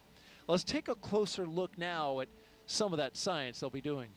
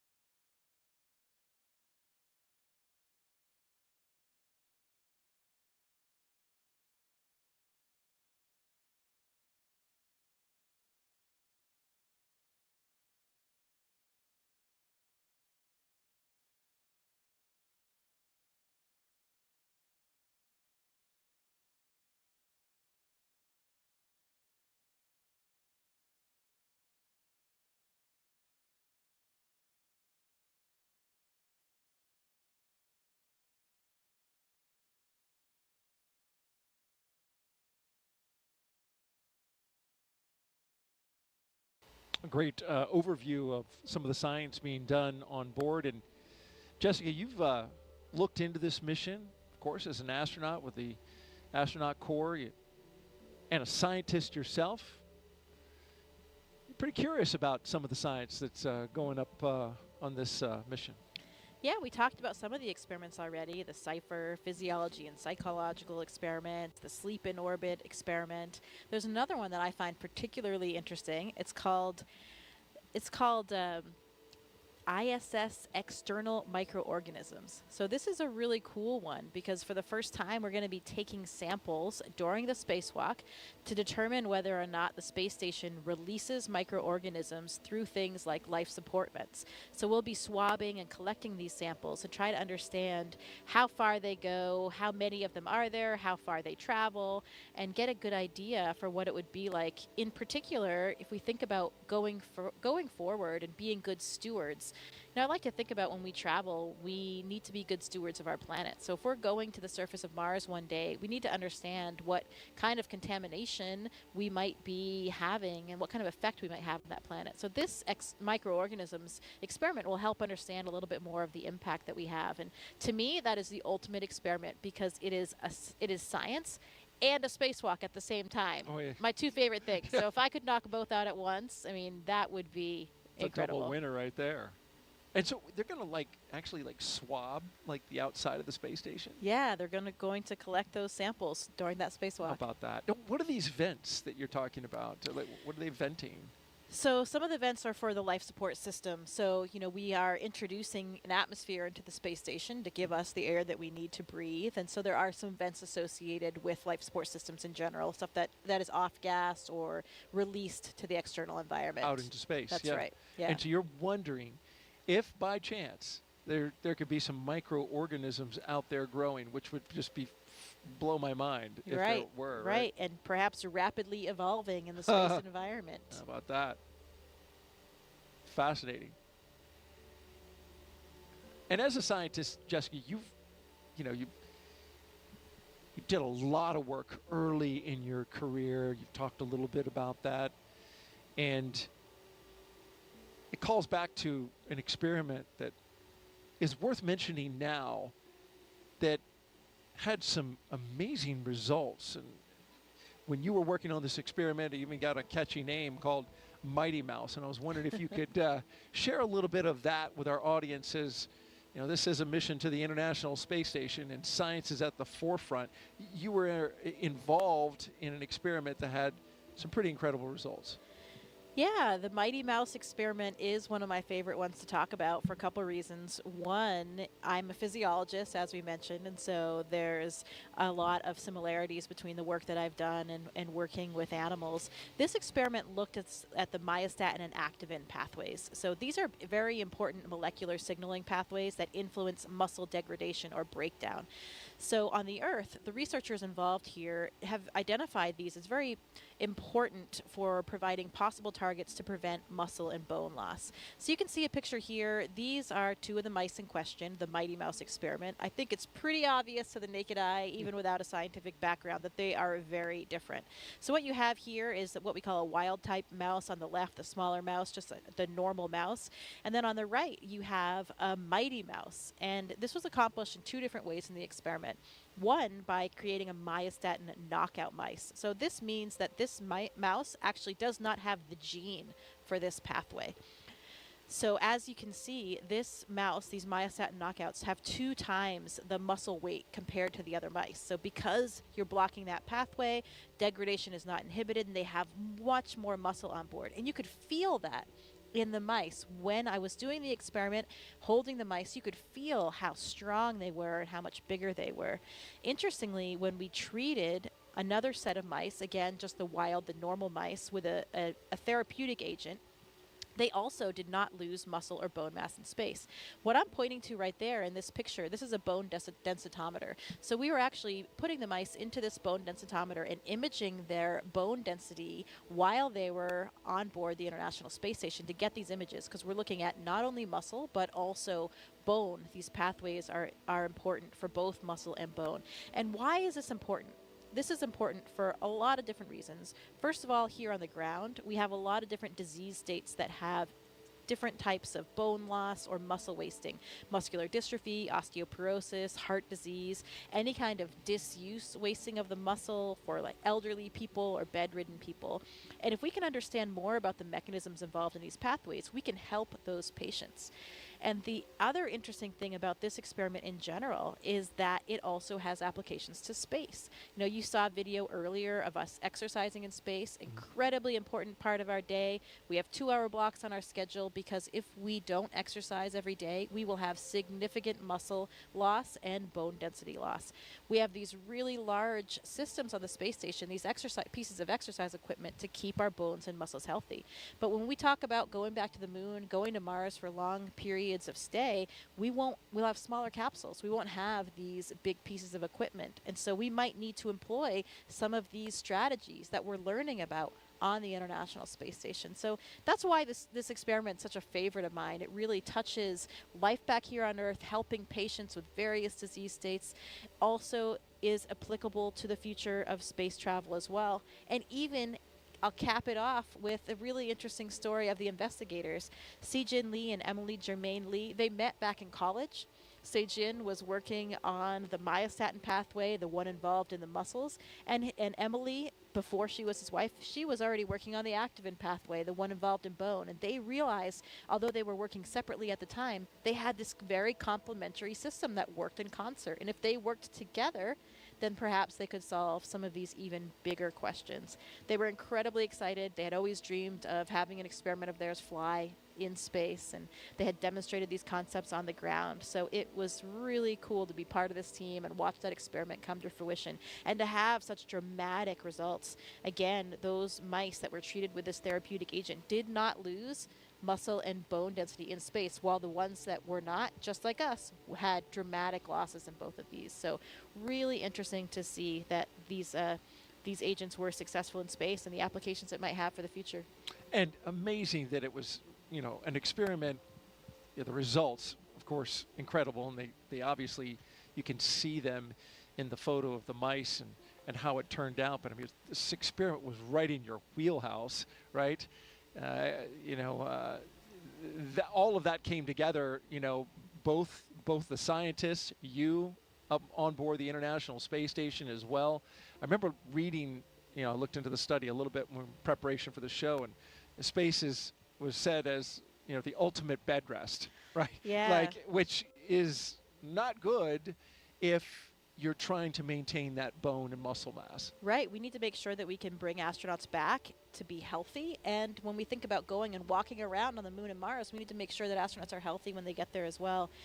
My colleague Drew Morgan and I were super excited to be performing this experiment in space. He's a medical doctor by background, and me as a physiologist. We were utilizing our own backgrounds, and that was another one of the big contributions that we felt we made. And we even ended up on their scientific publication as well. How about that? Well, thank you very much, Jessica, for sharing that outstanding science.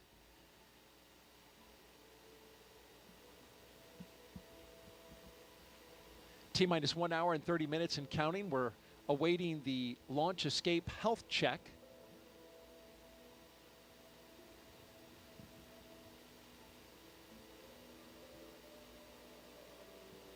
And then in a few more minutes, we'll get to our chief engineer technical poll. We won't hear that over the loops, but marching slowly to the T-minus 1 hour mark, and activity will really start picking up. Until then, let's take a social question. I've been getting them all night. Keep them coming in. Hashtag Ask NASA. Here we have at Indiana Jonas. Do you have a favorite item, Jessica, that you brought with you to space? Yeah, I think we'll actually have a chance coming up here to show some of the items of things that I brought to space. So I won't spoil the surprise quite yet of everything. But, a lot of times astronauts will bring pictures of loved ones, whether it's a physical picture or just something that we can bring up, sent up on a computer or an iPad. And we like to bring things that represent our different backgrounds, for representing universities we went to, clubs that we belonged in, because, we've talked about it a little bit already, but this is not just our mission. This is really for everybody, and we want to carry that enthusiasm and that excitement with everybody to show them that they are a part of it. So there are so many things. You wish you could bring more because our capacity is very limited, but we have to think long and hard about which items we'll bring up with us. Well, let's talk about that flight kit a little bit more. Each Crew-7 astronaut is allowed to bring a few personal items with them for their roughly 6-month stay in space. And we're holding your item as a surprise. Let's take that crew shot and we'll talk about what they're bringing up. You see all the way to the left, Konstantin Borisov. He's bringing up his son's first toy, going left to right. Next is Andreas Mogensen. He picked the 0G indicator along with his children, and he kept it a surprise. And so we're waiting to see that. We're going to see it float in space. We'll learn more about that in a bit. And then to his right is, of course, the commander, Jasmin Moghbeli. She brought 2 Dragon stuffed animals, one for each of her twin girls, and she's going to show them floating around in space to her girls. So we can take a little video, send that to them. It's a touching thing to do for your young kids. And then all the way on the right, Satoshi. He's bringing photos of his family and friends and photos of current students at the school he graduated from.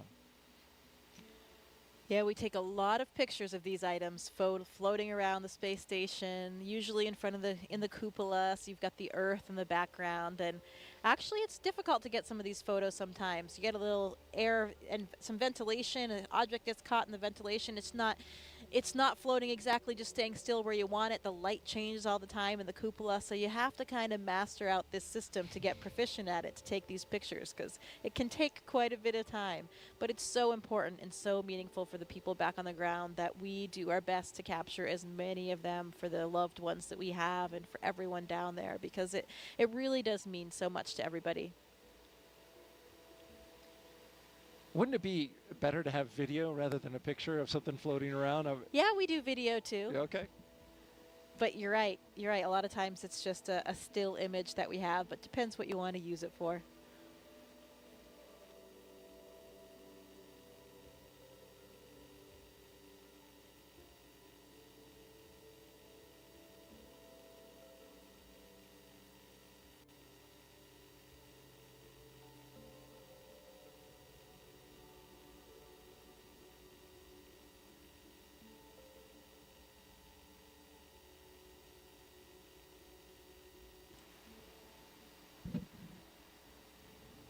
Great stuff there by Jessica Meir, NASA astronaut, with us on the broadcast. Thank you very much, Jessica. And continuing to count down, 1 hour and 25 minutes and counting until liftoff of Crew-7. You're watching NASA's coverage.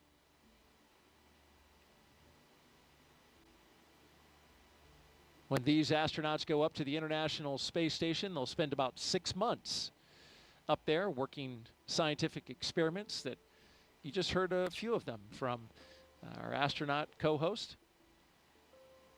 And then they'll come back down, and one of the traditions we've just started to see now is the astronauts coming back to the Kennedy Space Center to talk to the folks that help support the mission. And there's a lot of people here at the Kennedy Space Center working behind the scenes to make those launches a success. And recently it was the Crew-4 astronauts that took time out of their busy schedules to say thank you to the Kennedy team, and we've got to look at that. It is very surreal to drive around the grounds. The last time we were here, we were in quarantine, and so we were very isolated. We got to have our families around us, but we didn't really get to interact with a lot of people. But we could see all the hustle and bustle that goes on in order to make it possible for us to launch. It is hard to imagine looking over at the gantry from here, thinking back to when we were sitting on top of a rocket. It is a pretty amazing place to be able to come back to. Kennedy really has a special place in my heart. I think it was really important to all of our crew to have this opportunity to come back here and just thank the workforce here, our team members that made this flight possible.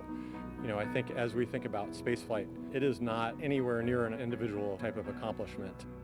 Yeah, just absolute gratitude for the teams of people that just ensure our safety, ensure that there's always an eye looking over every piece, every detail, and ensuring that launch goes off without a hitch. So many of you have been a part of that journey. Your investment, your expertise, making us successful in our work and getting us home safely. And we're grateful for the work that you're doing. So it is incredibly special to be back here and get to actually interact and thank all the people that contribute to the mission and were able to get us off the ground and bring us home. It's just an amazing place, just such a talented pool of people that enable such amazing expeditions to fly out of the Kennedy. So it's really cool to be back here and to get to meet the people that are making all of that happen.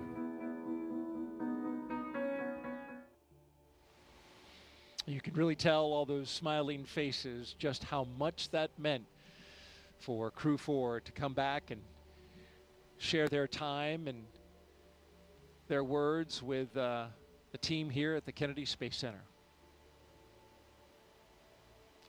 Well, you're looking live at Launch Pad 39A, the Falcon 9 rocket, Dragon spacecraft. We'll start fueling up the Falcon 9 at T-minus 35 minutes and counting. But in between this time and that time, got a few more milestones to go, including arming the launch escape system, rotating that crew access arm away, and then, of course, having the pole for the readiness to tank the rocket. This view right here, you're looking at special guests that have gathered at Banana Creek facility here on the Kennedy Space Center. Launch watchers. Got a big group here, which is impressive because it is 2 a.m. Eastern time, but it's always exciting to take in a crewed launch when you know that you've got astronauts going up on top of a rocket. And so they've all gathered pretty early in the morning here and pretty early in the countdown. An hour and 21 minutes to go. It's great to see the crowd out there at the Banana Creek viewing site. Got about 6,000 people who are at various viewing areas around the Kennedy Space Center. Banana Creek is one of them. Also got folks along a causeway that's just across the water, watching from those locations. Of course, we've got special guests up at a building we call the Operations and Support Building. We've got our own Jasmin Hopkins up there who will be interviewing some special guests here in the final hour. And they're joined by several hundred VIPs who are taking in the site from the 5th floor up there on the balcony. It's a great view up there as well.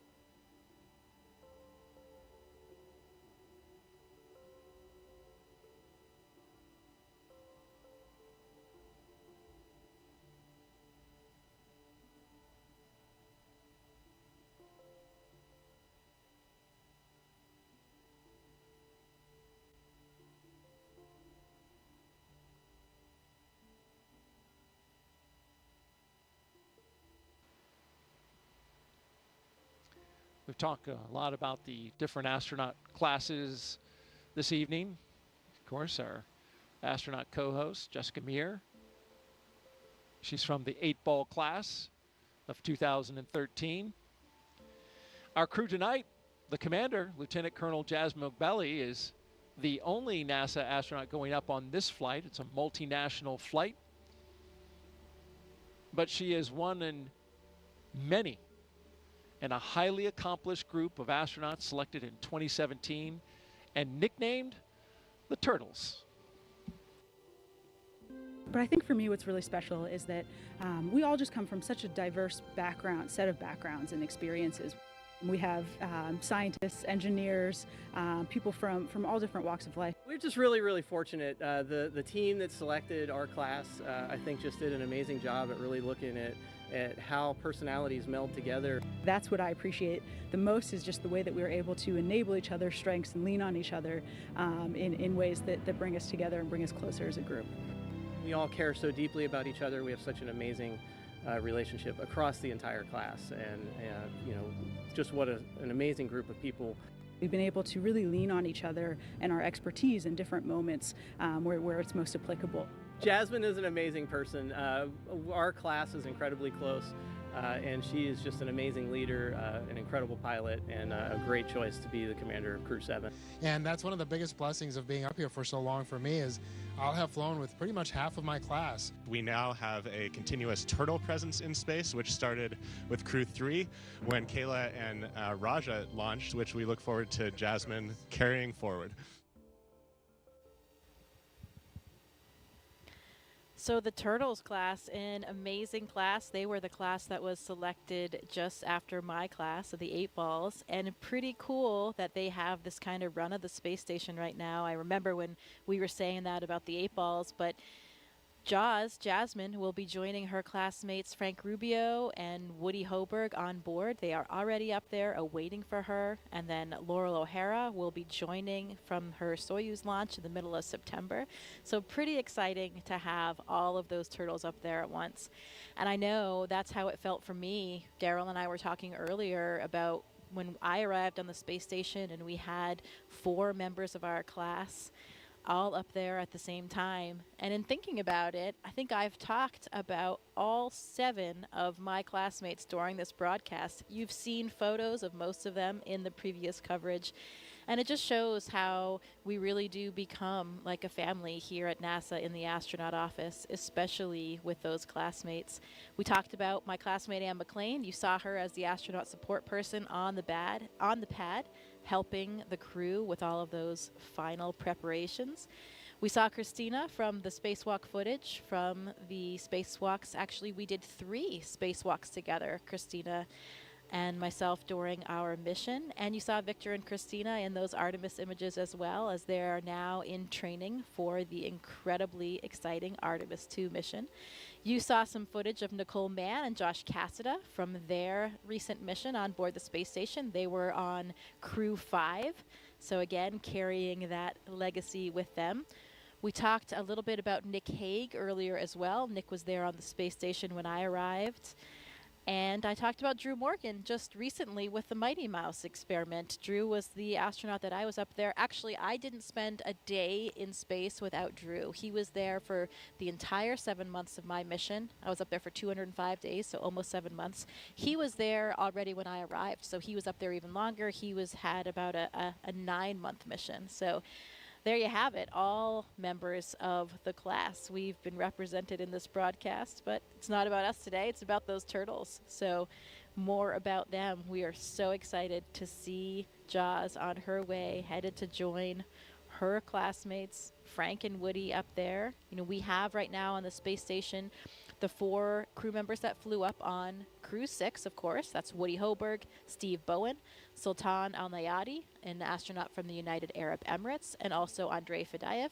They arrived on the Crew-6 vehicle, so they'll be departing about 5, 6, 7 days after Crew-7 arrives. They'll have a handover period so they can really get accustomed to everything that's going on, hand over whatever information they need, and then they'll depart.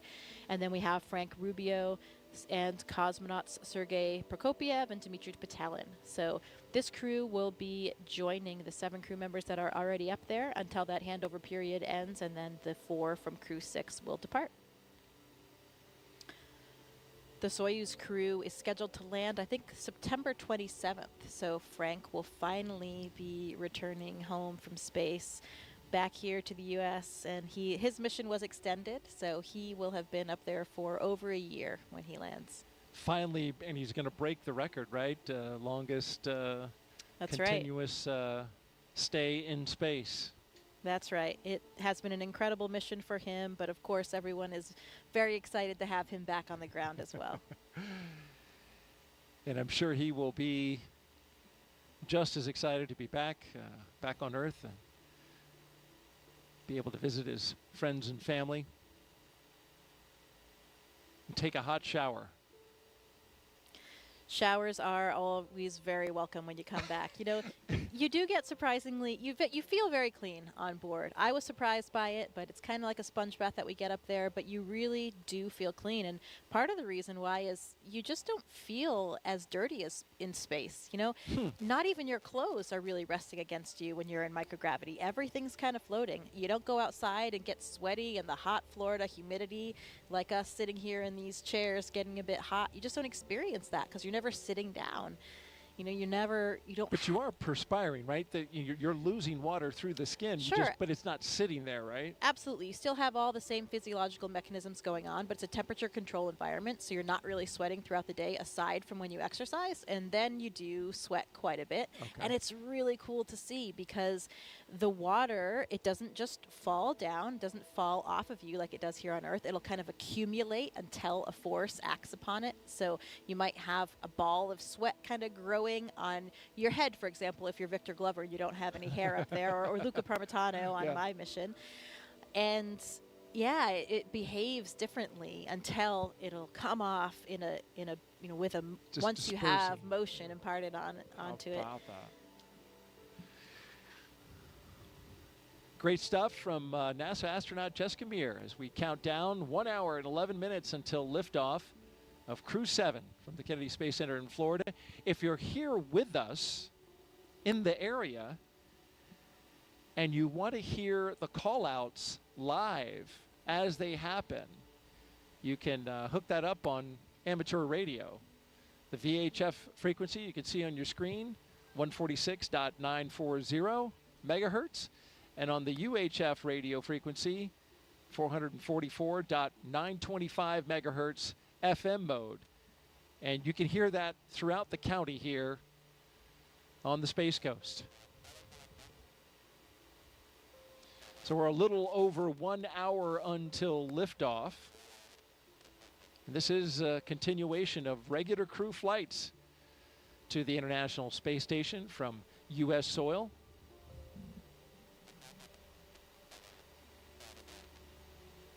SpaceX's Crew-7 mission will be the company's 8th crewed spaceflight for NASA, following the crewed test flight Demo 2.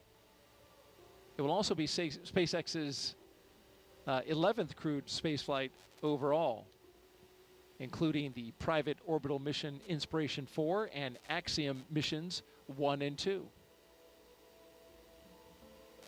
Our crew at the very top in the spacecraft Endurance. It will be the third flight for that Dragon that you see right there on top of the rocket. The Falcon 9 booster, well, that's a brand new one. Booster 1081 M1D on its first flight. MVAC fuel bleed has started.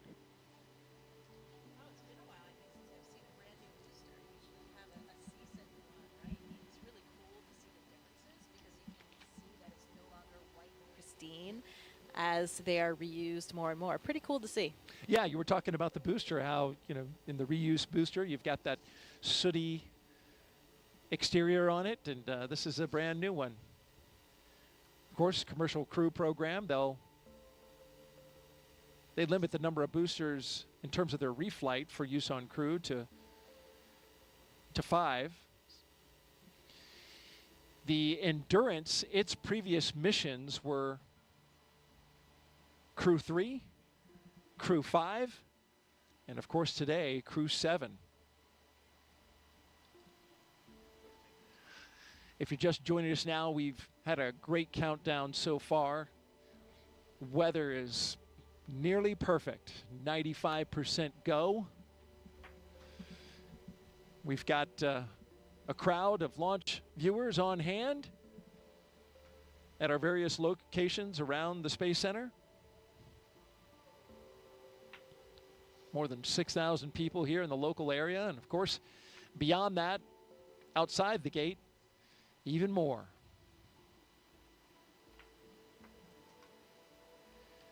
Now, we mentioned this, once we get to an hour to go until liftoff, things will start really picking up. We get close to that go, no-go pole that will arm the launch escape system. And then once that's armed and we rotate the crew access arm away, we'll get the propellant loaded into the rocket at T-minus 35 minutes. That crew pole for readiness happens at T-minus 1 hour. And of course, the pole to load the prop is at T-minus 55 minutes. At T-minus 45 minutes, there'll be an internal mission control Hawthorne pole, and then the launch director's pole for propellant load.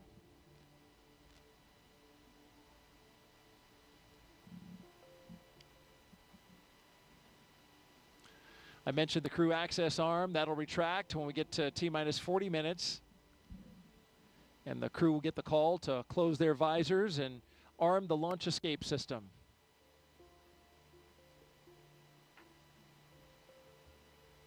Of course, once you have the Falcon 9 being loaded with propellant, you want a safety system that will allow the astronauts to get off the top of the rocket in case anything happens, and that automated safety system is in place. What makes it work are 8 Super Draco thrusters that are on Dragon. They would fire and quickly separate the crew from the rocket. And they can do that either on the pad or during flight on the ride uphill.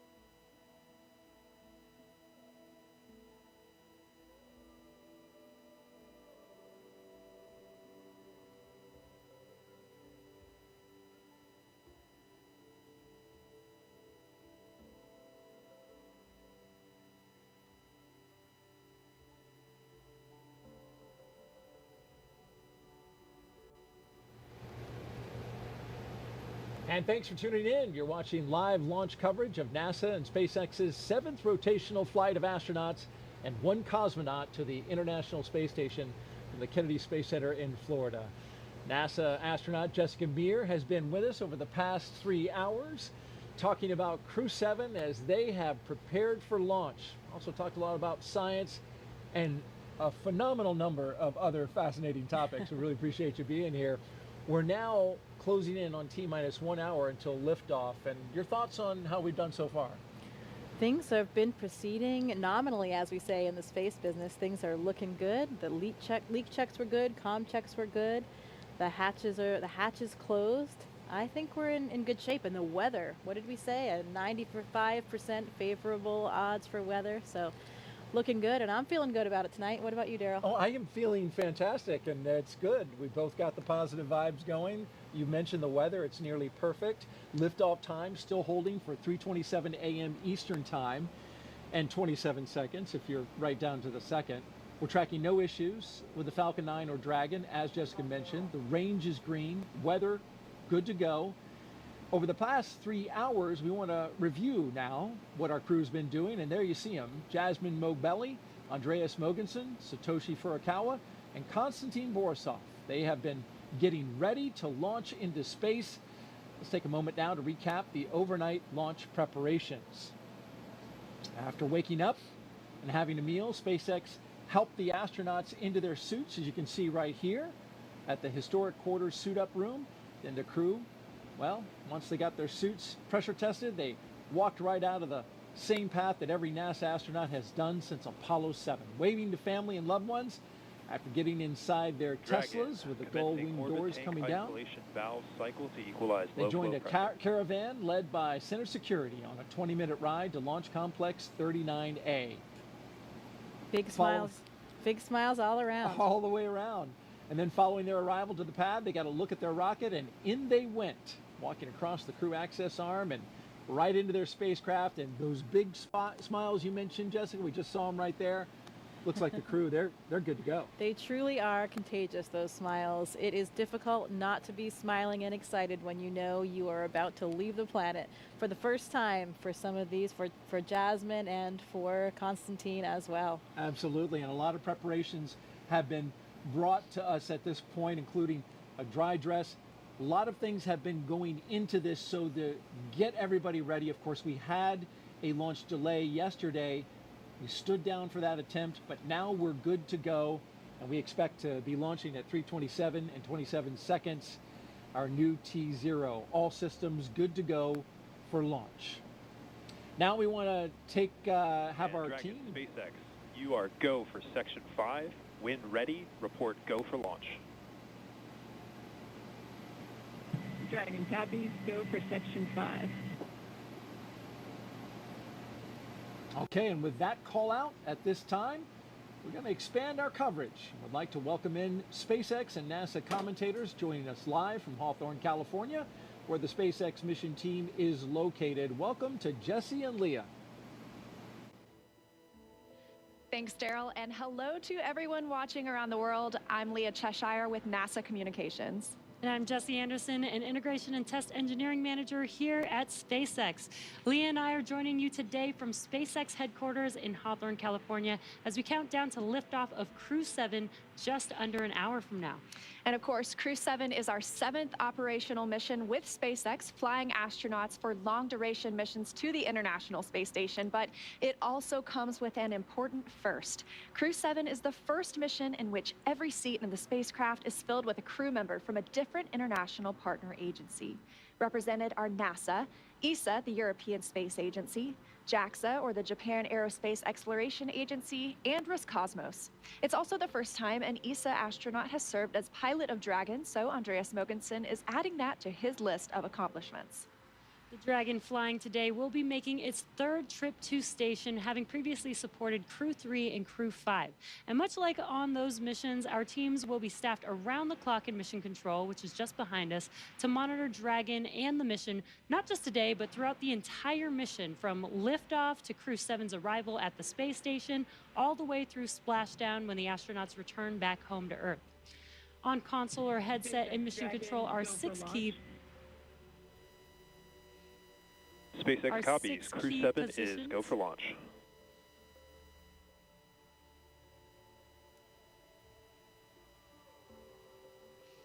The mission director is in charge of the room and tasked with making real-time decisions to ensure mission success. The person that you may hear talking to the astronauts, which we just heard a few seconds ago, is the crew operations and resources engineer, who you'll hear us refer to as the core throughout the broadcast. And the 4 additional team members are focused on vehicle systems, including avionics, navigation and control, software, propulsion, life support, and communication with ground support teams. Apart from Mission Control, our Falcon 9 team is currently located in the Launch and Landing Control Center at Hangar X. With less than an hour until launch, they are settling in for final checkouts, propellant loading, and for launch. And of course, NASA has its own team members at NASA's Mission Control Center in Houston, Texas, who have been preparing the International Space Station for Dragon's arrival. They recently gave their go for launch and confirmed the station is ready to receive Dragon and the new crew. Now, upon liftoff, today's flight to the space station will take almost 30 hours, with Dragon flying autonomously the entire way. And just like autopilot on a commercial aircraft, the crew always has the ability to take manual control of the spacecraft if needed. It continues to be a smooth countdown, and we're looking good for an on-time liftoff. Coming up at T-minus 45 minutes, the team will report their readiness for propellant load with a final go-no-go poll. In the meantime, NASA's Courtney Beasley is going to help us take a closer look at propellant load and launch go-no poll. Go-no-go polls open at 55.80, procedure 1.160.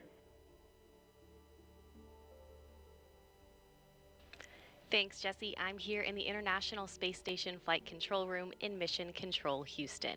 What we have our sights set on today is low Earth orbit, which you'll sometimes hear us refer to as LEO.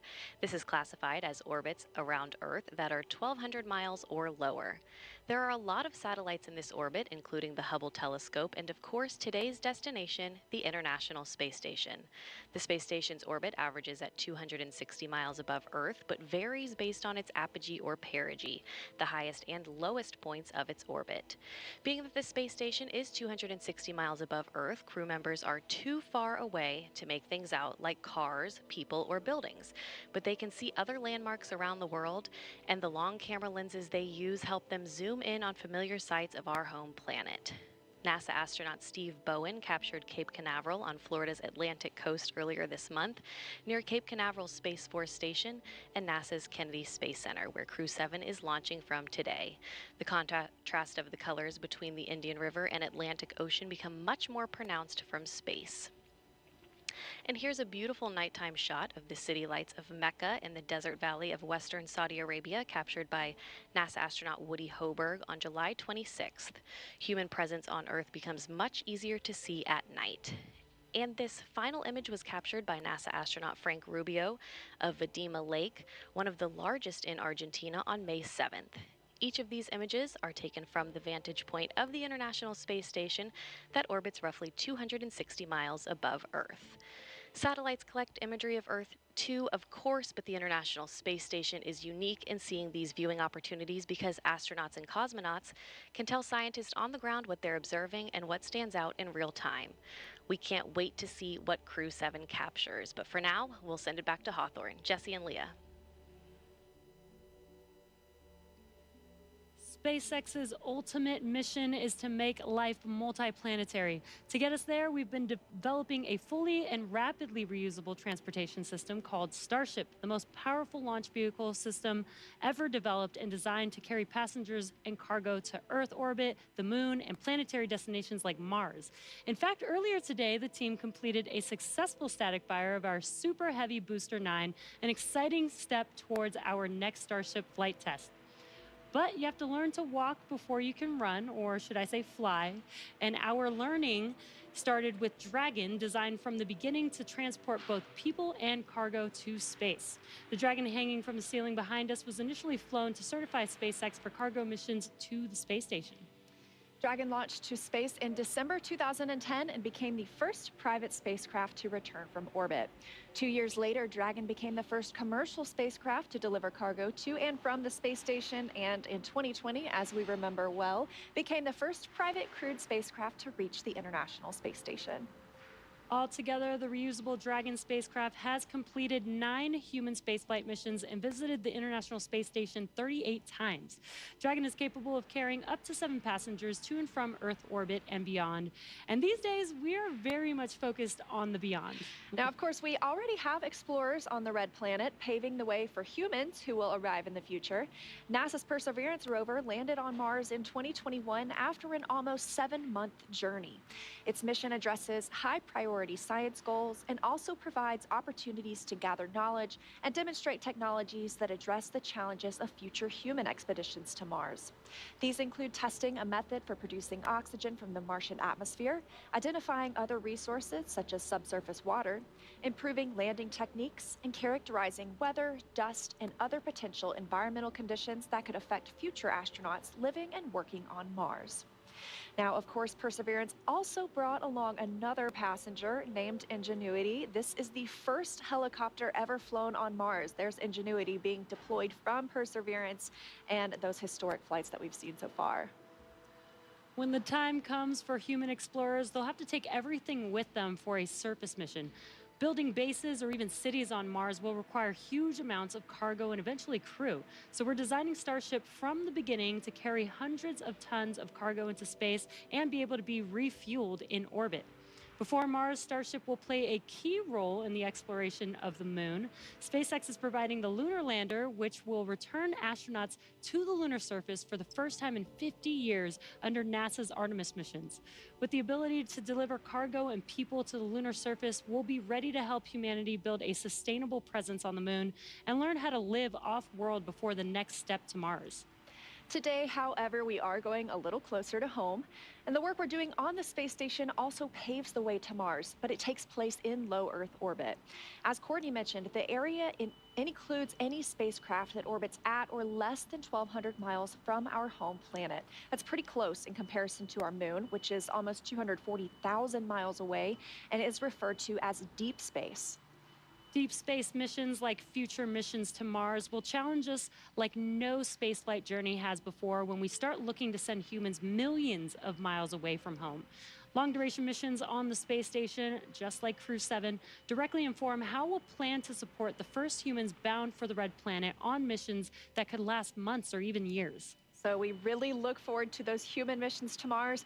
And right now we're paving the way with today's exciting mission, plus through Artemis launches to the moon.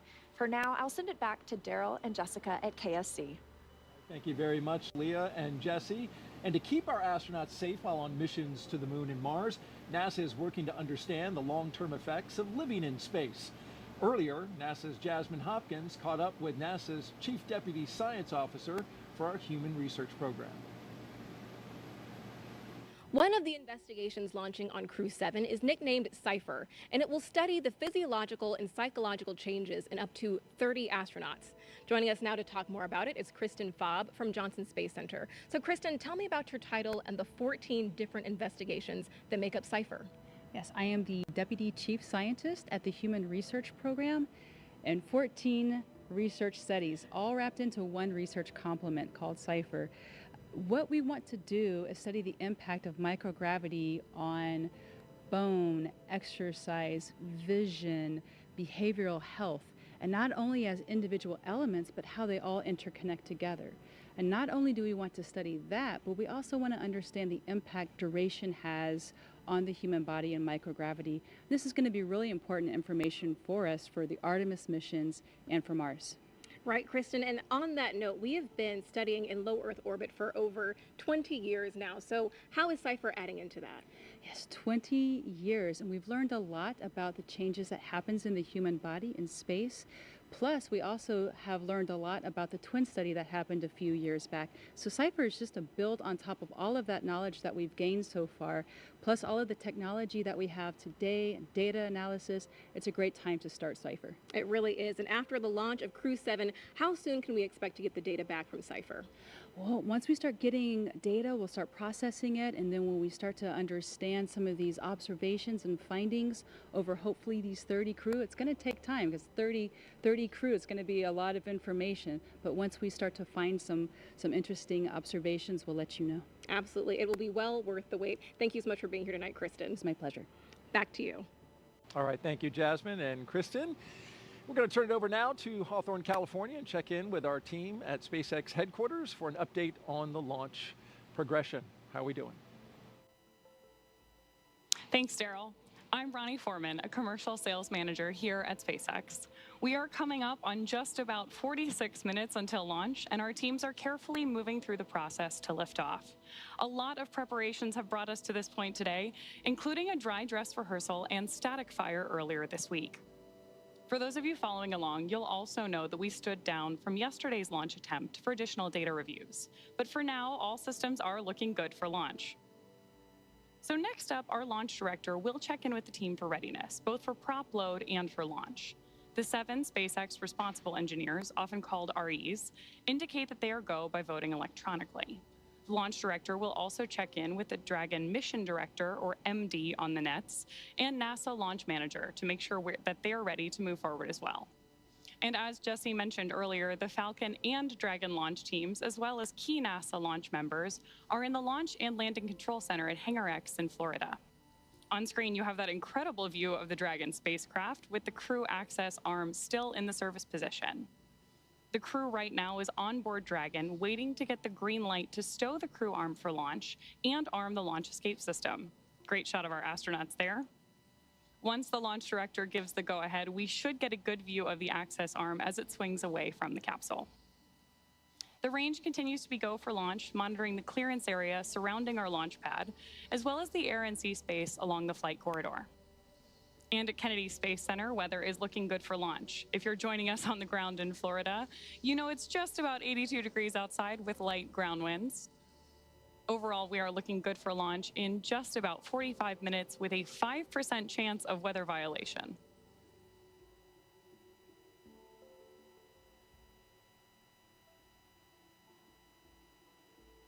Right now, we are listening in for that readiness poll announcement and instructions to our launch team.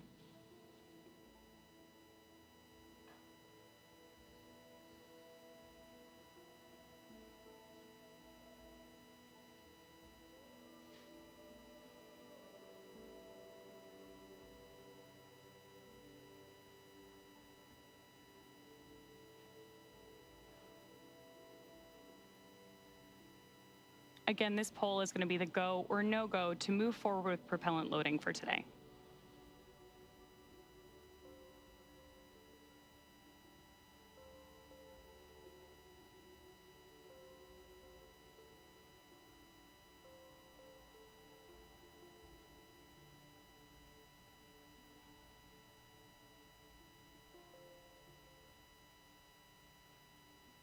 As soon as that briefing ends, we should see that crew access arm, which you can see lit up on your screen right now, immediately start to move away from the capsule when that stow procedure begins.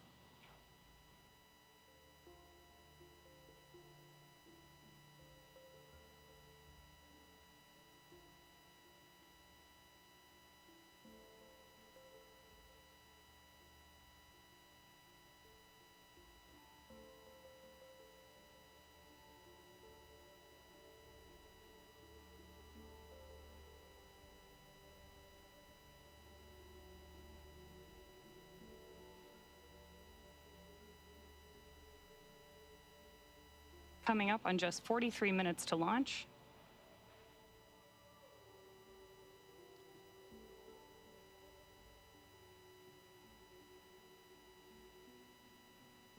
Great nighttime views of our Falcon 9 and Crew-7 capsule there on the screen. SpaceX Dragon. Go ahead, Dragon. We didn't hear the poll for prop load and launch readiness. We're just giving a call.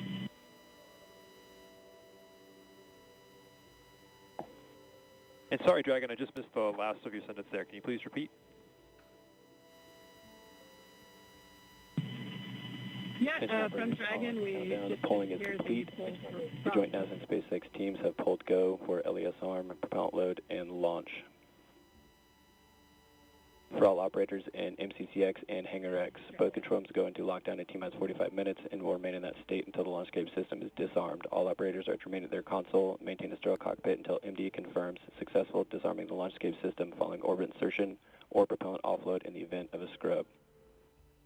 For non-urgent, no-go conditions, brief the CE or LD and they will approve aborting the countdown. For urgent issues affecting the safety of the operation, operators shall call hold on the countdown net. Launch control will abort the launch audio sequence immediately and proceed into launch abort. At T-minus 10 seconds, launch control will be hands-off and relying on automated abort criteria for the remainder of the count. Operators advise the launch director whether structural breakup or fire is imminent or occurring per Dragon manual escape flight rules. Launch control at this time, you may proceed with arming the crew arm for movement. Copy, proceeding to arm crew arm for movement. And with that, we are moving forward toward launch. Propellant loading will begin in just over 5 minutes, but in the meantime, let's check back in with Daryl and Jessica. All right, thank you very much, Ronnie. Crew access arm retraction started. We now have crew access arm retraction. So if you look in your screen, you can see there the crew access arm moving away from the Dragon. Another great shot of it there, articulating away. It takes about 90 seconds to 2 minutes to move away, and this is a critical milestone, Jessica, as that arm moves away, because now that means if the astronauts needed to get off that rocket for whatever reason, they could either bring the arm back quickly, and it can move, as I understand it, a lot faster than it's moving now in the case of an emergency egress, or they would move forward and arm the launch escape system. That hasn't been armed yet. So this is the moving and stowing of the crew access arm so that we can clear that away from the rocket and get ready to lift off.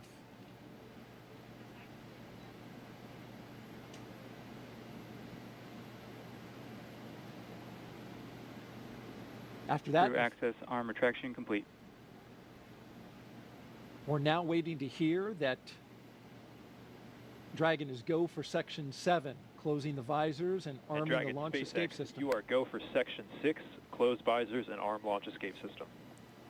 Well, they changed the number, but it's the same. Dragon copies, go for Section 6, launch escape system arming.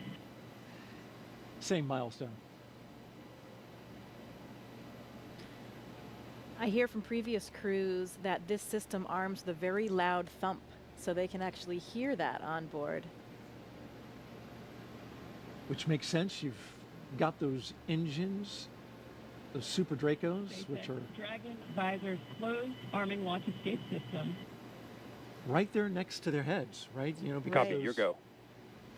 Right, and sounds like that was Jasmin saying she was ready to arm, and that command can be sent from either the ground or the crew, and the crew is sending that command now to arm that system. And that launch escape system is, of course, the system that will propel us away from the rocket, the crew capsule itself with the crew inside, in the event of any type of emergency with the rocket.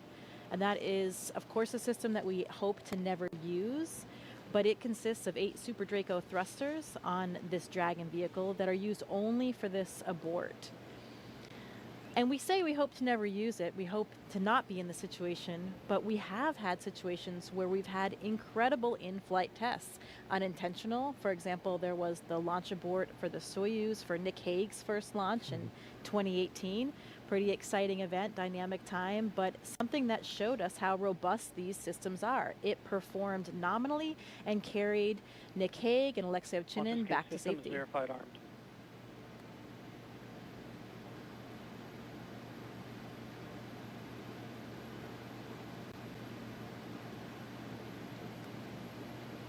We got the verification of the launch escape system now armed. You mentioned Nick Hague. As I understand it, he counts himself having gone to space twice. That's right, or at least 1.5. But this system is now active. They do that 2 minutes before loading of the prop, since that, of course, then does present a more risky situation with that prop on board, and it will stay armed all the way through orbital insertion.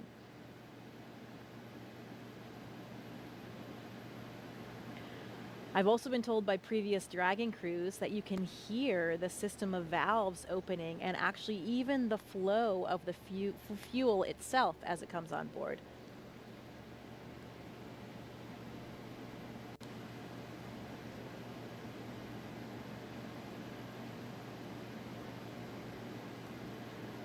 The scenarios in which the launch escape system would be used. F9 tanks venting for prop load in 10 seconds. Expect loud venting. There they are warning them about that, exactly what you just mentioned. Giving them a heads up that they'll be hearing those sounds. Yeah, Victor Glover was telling me it's a very noticeable process. You can hear the opening and closing of the valves, and there are these low hums and kind of a fluttering sound as that super cold liquid oxygen and kerosene fill those large propellant tanks, first on the first stage and then on the second stage. Must be pretty exciting to be hearing those noises, knowing what that means and how much closer you're getting to liftoff.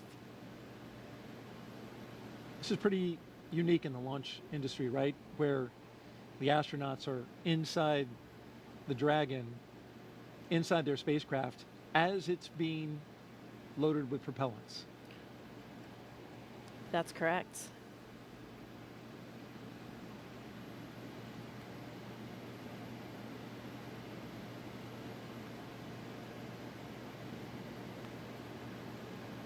That launch escape system you're talking about, if it were needed, it can get the crew several miles offshore out into the Atlantic Ocean. It's those Super Draco engines capable of moving Dragon half a mile in just 7.5 seconds. So that's equivalent to a peak velocity of 436 miles per hour. So it really moves. It can also get it off the top of a moving rocket as well, so right. It's got to have that kind of power. Right, at all those different phases, all the way until they're in orbit. And that's one of the things that we protect for here as well when we look at the weather forecast. It's not just for the actual launch itself, but to protect for any of those contingency landing scenarios in the various areas where they would splash down in that event.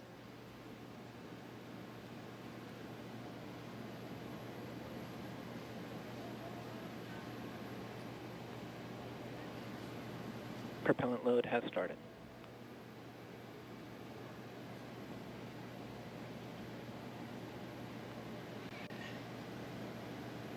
And so now the propellants are flowing into the Falcon 9 rocket. RP1, refined kerosene, and liquid oxygen, the oxidizer.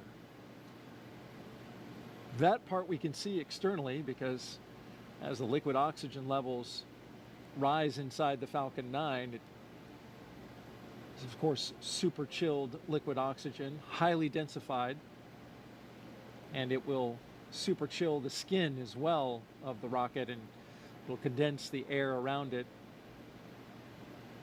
And there's been well over 200 Falcon 9 launches, so if you've seen one before, you're familiar with the sight. The rocket condensing that air, that warm, humid Florida air, which we have been enjoying this evening, at least with a light breeze. That's right. I think it's cooler than Houston anyway, so I'm enjoying my time here. Good, good.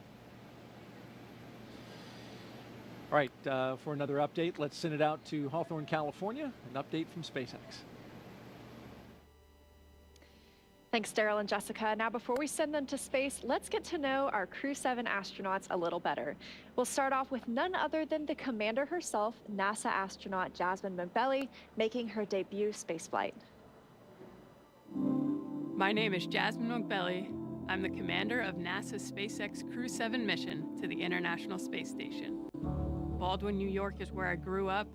I always loved team sports from a really young age because you rely on one another, and that's something that I think is really important to know going forward in your career. I joined the Marine Corps. Sure, I wanted to fly jets. I thought you had to be a jet pilot to become an astronaut. I actually went to watch STS-116 launch while I was waiting to start flight school, and Sunny Williams happened to be on that flight. I realized she was a Navy helicopter pilot, and from that point on, I went full steam ahead. All four of us are so proud to represent what is possible when we come together. Ultimately, everything we do is to benefit the Earth.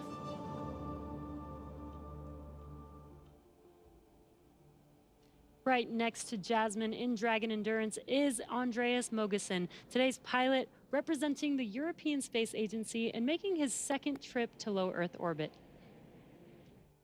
My name is Andreas Mogensen, and I'm the pilot of NASA's SpaceX Crew-7 mission to the International Space Station. I was born in Copenhagen, Denmark. In 2008, ESA were looking to select a new class of astronauts, and I applied together with about 8,500 Europeans. So I thought, there's just no way that I'll get selected. The chances of being selected are too small. But that changed when we were down to about 20 candidates. My first mission to the International Space Station was on a short 10-day mission. I had to hit the ground running as soon as I arrived on board, and as soon as I landed back on the Earth, I knew that I wanted to go back to the space station. I'm especially proud of the fact that our Crew-7 mission has 4 different astronauts from 4 different countries and 4 different agencies.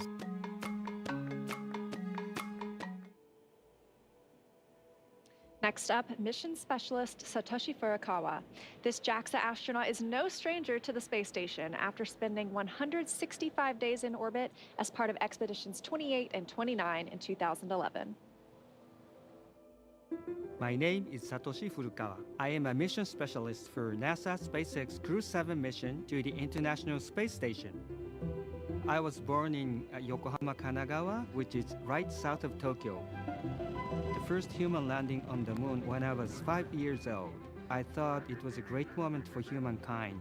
I had a longing for space from my childhood. The moment I was selected as a Japanese astronaut candidate, you are hired, you are selected. It was the happiest moment in my life. Crew-7, we are conducting many scientific researches on the space station to benefit future space explorers. I am very proud of being a part of this excellent team of international partners and also researchers, engineers, flight controllers, flight directors, and so on. Because working as a team and working together, we can accomplish the big mission.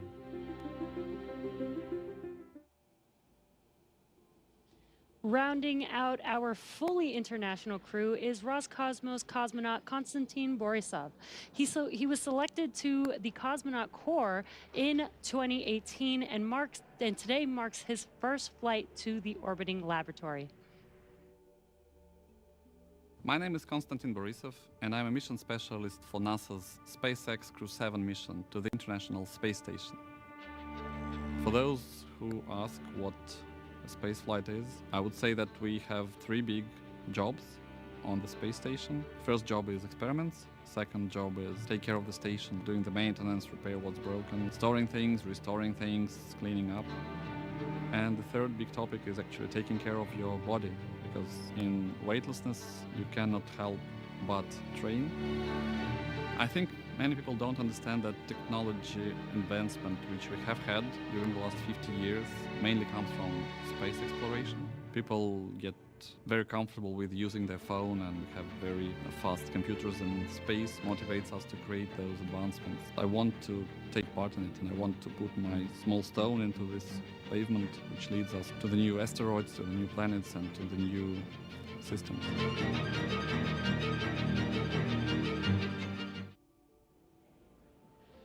Now, as we see with all of our crews, these 4 crew members who make up Crew-7 have a mission patch they worked together to design. The first thing that you notice is the white dragon on top of the Earth, its neck craned into the number 7 for Crew-7. Its tail curves upwards towards a golden star, and they say that symbolizes our ascent towards the stars and the pioneering spirit needed to propel us further into space. The blue, white, and red on the tail are the common colors in the flags of all 4 nations flying on this mission. Now we are less than 30 minutes to launch, so let's check back in with Daryl and Jessica at KSC, where the countdown continues. All right, thank you very much. Everything going well with the countdown so far. A little over a mile and a half from the launch pad we're going from today, this morning, 39A, is 39B, where the mobile launcher is back out on the pad right now, going through testing for the Artemis 2 crewed mission to the moon late next year. Here's more about Artemis in our Moon Minute.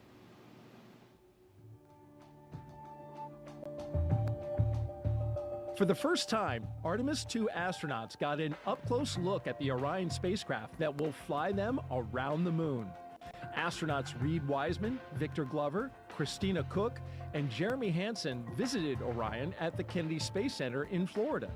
and it looks amazing. Their handiwork is gorgeous. I'm ready to take it for a spin.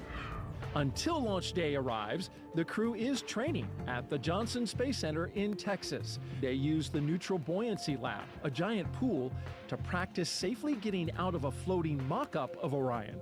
And it's not an easy task. Navy divers in rafts will harness and hoist the astronauts into the air by helicopter, where they will be taken to a nearby Navy vessel. Back at Kennedy, we got a look at the brand new Artemis crew transportation vehicles. So the first 9 miles of the journey to the moon starts in these crew transport vehicles. On launch day, these fully electric, zero-emission vehicles by Canoe Technologies will reunite the Artemis II astronauts with Orion at Launch Complex 39B. NASA's powerful moon rocket, the Space Launch System, and Orion will carry them on the rest of the 250,000-mile journey to the moon. And that's your Artemis Moon Minute. And for Artemis updates, there's a QR code on the bottom left of your screen, right there, actually bottom right. You can visit, you can use your cell phone to scan it, or you can visit the website at nasa.gov/Artemis2. Earlier this evening, our own NASA's Jasmin Hopkins caught up with NASA Administrator Bill Nelson, who is here watching the launch from SpaceX's firing room. Administrator Nelson, today marks a first for NASA, the first time in a single launch that each astronaut represents a different space agency. So we have NASA, ESA, JAXA, and Roscosmos. What do you make of this diverse crew? Well, it's a sign of our times. We are an international program. For example, we're going back to the moon in order to go to Mars. It's going to be an international mission that will launch with an international crew. So too, tonight's launch is entirely an international crew, save for the commander, Jasmin, an American astronaut. And so here we go. Now, isn't it interesting that what space does and our NASA program, it unifies us. It brings people together. And this is so true with what we're seeing tonight. Right, and Administrator, you recently visited South America, and later on this year you're planning to visit India as well. Why is it so important for NASA to foster these international partnerships? They are delighted, indeed, eager to learn more about NASA and to partner with NASA. And so that's what we find when we go to another country. It's usually the president that wants to see us. And for example, in this South American trip, we talked to the president of Brazil and Colombia about what NASA can provide in the way of information from our satellites to help them protect the Amazon rainforest from being destroyed, which is a high agenda item for those countries. Indeed, it's a high agenda item for the entire world. I'm going to India.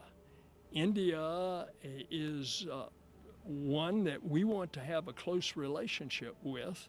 We've already been doing things such as science experiments with India. We've got a major science program going that will be Earth observing with India next January. But now we're going to train and fly an Indian astronaut. So it is happening as we speak, and the United States has been the beneficiary of it. Absolutely. Administrator Nelson, thank you so much. Back to you. As we continue to count down, let's take a closer look at the vehicles that will be taking Crew-7 to the International Space Station today. Starting from the very top of the vehicle is the Dragon spacecraft. In total, there are 16 Draco thrusters Dragon can use in space to help navigate the spacecraft to its destination, each providing 90 pounds of force.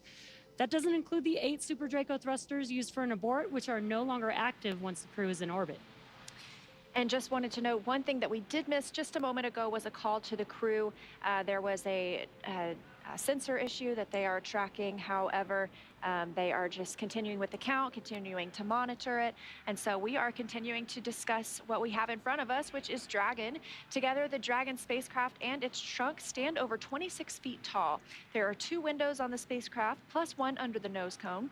The nose cone opens shortly after launch to expose the forward bulkhead thrusters and docking mechanism that will connect with the space station. Dragon's trunk holds solar cells, which power Dragon while it's in free flight. The trunk can also carry unpressurized cargo, and on some cargo resupply missions, we use Dragon's trunk to deliver the new solar arrays that are being installed on the space station.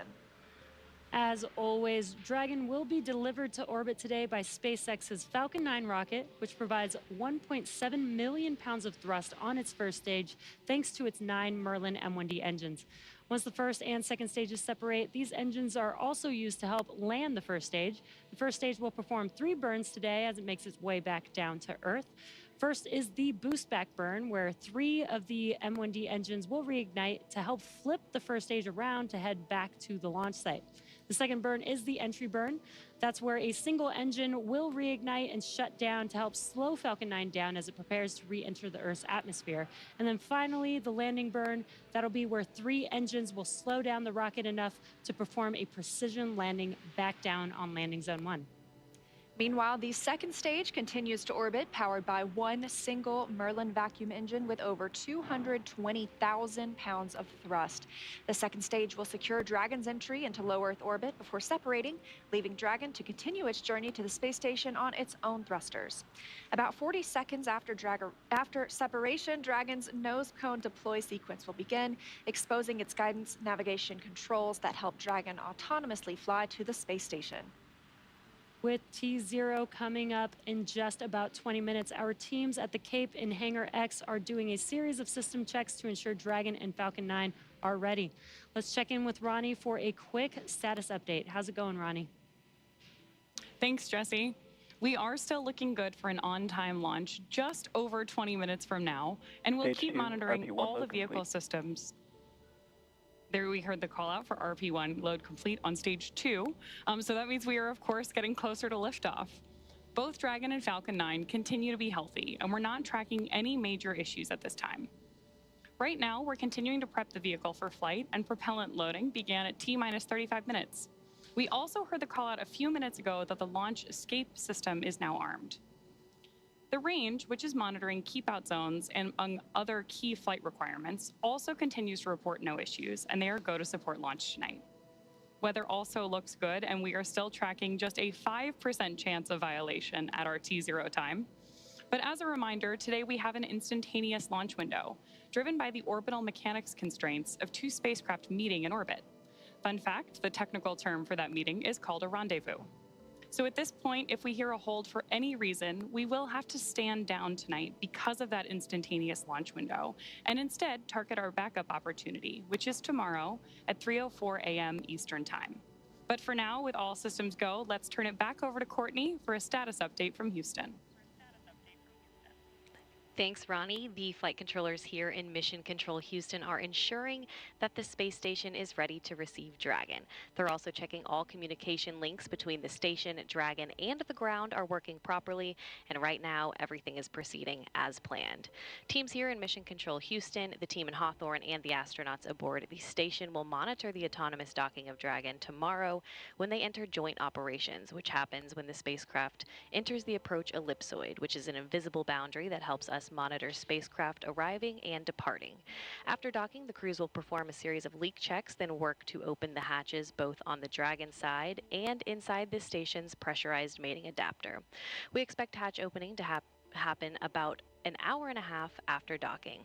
Once on board, the astronauts will be greeted by the space station crew and will then join in for opening remarks for the new crew members. Here in Mission Control, Flight Director Chris Dobbins is on console overseeing the team for launch, and Flight Director Judd Freeling will be on console tomorrow for docking.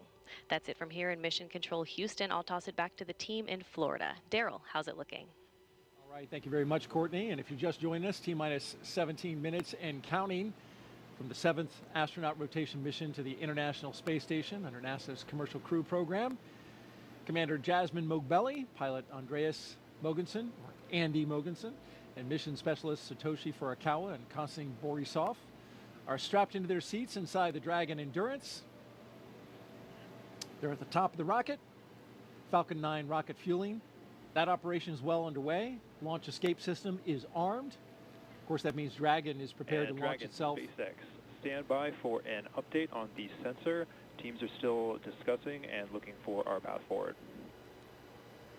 As you just heard there, SpaceX is SpaceX Dragon copy. looking at a sensor issue.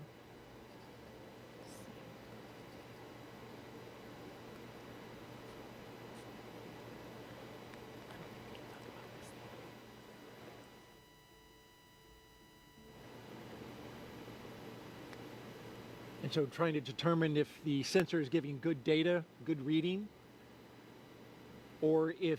Startup stage 2, locks loading.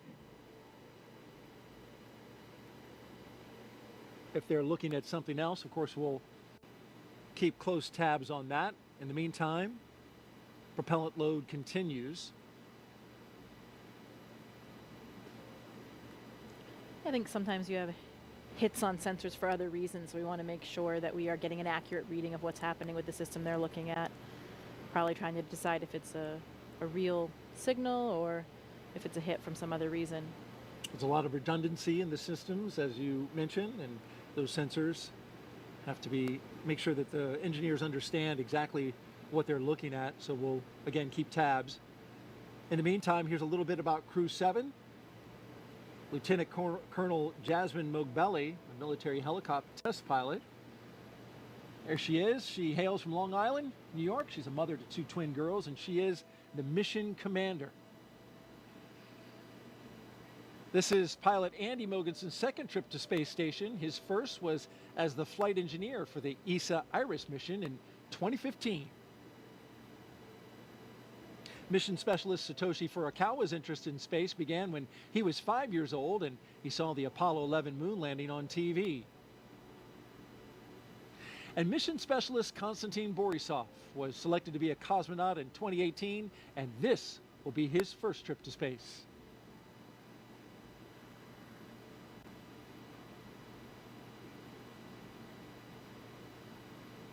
We've got more than 10,000 people all gathered, including these folks. Some special students. Those kids are, I should call them kids, they're students, right? College students. They're part of the First Nations launch, and they're giving us a big wave from the Banana Creek viewing location. They're from the University of Washington, University of Colorado, and Queen's University. They're visiting as part of NASA's First Nations launch, an Artemis Student Challenge, where they design, build, and launch their own high-powered rockets. And those students that you saw there in the stands, they were the grand prize winners. So welcome and enjoy the launch. T-minus 14 minutes and counting. Awaiting Crew-7 are 7 crew members at their destination at the International Space Station. I caught up with 3 of them as they were zipping around the Earth. Hey, Daryl, good morning. Well, good morning to you, Frank, Stephen, and Woody. Okay, minutes away from liftoff. You're inside the spacecraft. What's it like? The rocket is a living, breathing machine.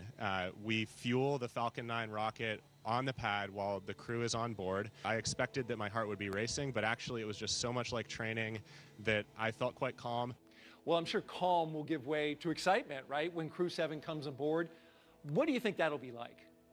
More than anything, it's your friends coming up to station, right? And so you get to hug and greet your friends that you haven't seen for several months. And it's always just a really fun reunion. You know, they're coming on board. They're going to live on board. It's really exciting to greet them as new friends and crewmates. Well, those new friends and crewmates, will you have any advice for them when they come on board, like things to do, things not to do? The awesome thing is that we have an amazing ground team that catches all of it and keeps us honest and keeps us out of trouble. And so you can just kind of relax and enjoy it and just allow yourself to take it in, because it really is a pretty special experience. Really enjoy your time up here with the people, with the environment, and with the opportunity to work up here and look at the Earth. It's really amazing. Just really enjoy it. All right, speaking of enjoyment, Do you have a fun way to confirm that you're in space? Something you can do?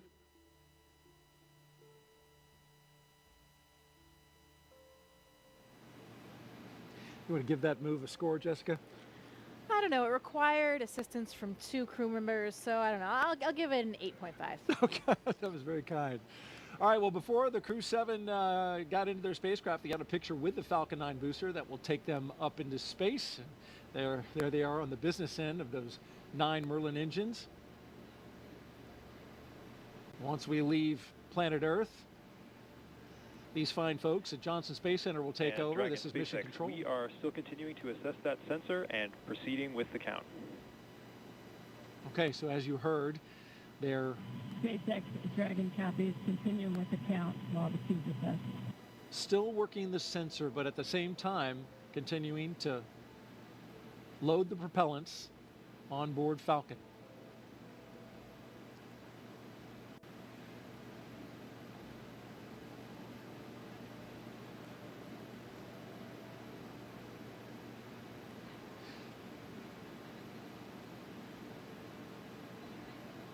So Jessica, as we count down these last few minutes, you've got the launch team.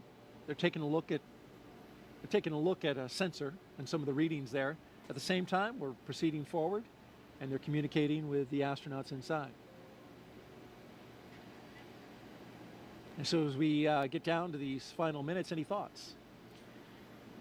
This is an exciting time for the crew. You know, they're probably running through some checklists of their own right now. They may be pretty busy in there, going through those same things that they've done in their simulations so many times before. But I bet it's getting pretty real right now, and hearing those calls about the sensor probably raises a few questions as well, but I know the ground will keep them informed as we go. 10 minutes, it's getting very close. Indeed it is. And tracking everything are Leah and Ronnie at SpaceX headquarters in Hawthorne, California. Will take us through the rest of the count. Thanks, Daryl. Our next major countdown event will be at the T-minus 10-minute mark, so coming up here, And when the Dragon Falcon 9 SpaceX, launch stand by for display configuration. There we go ahead and have the Dragon astronauts are standing by for display configuration, which will let them know that we are even closer to liftoff. The launch commit criteria that we're waiting to hear that call out for are specific thresholds and pieces of information about the entire Falcon 9 system needed to make sure that the rocket is healthy. Of course, we do have many systems in place to ensure that the rocket and crew are both safe leading up to liftoff and during flight.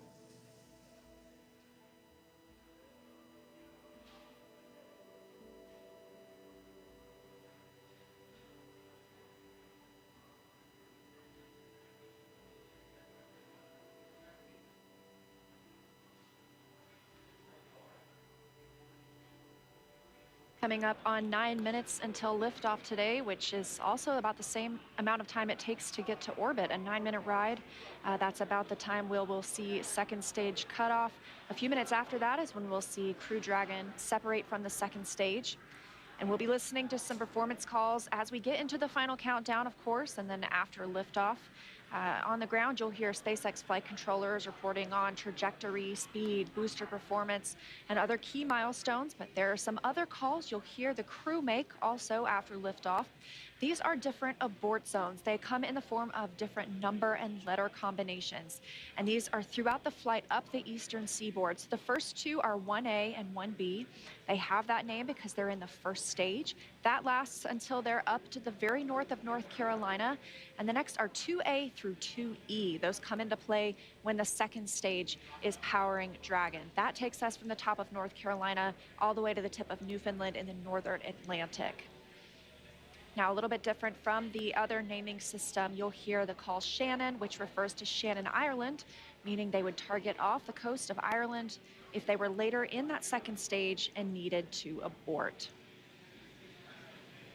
You'll hear those different calls throughout the flight uphill, along with key performance callouts from the guidance, navigation, and control officer, as well as the propulsion lead.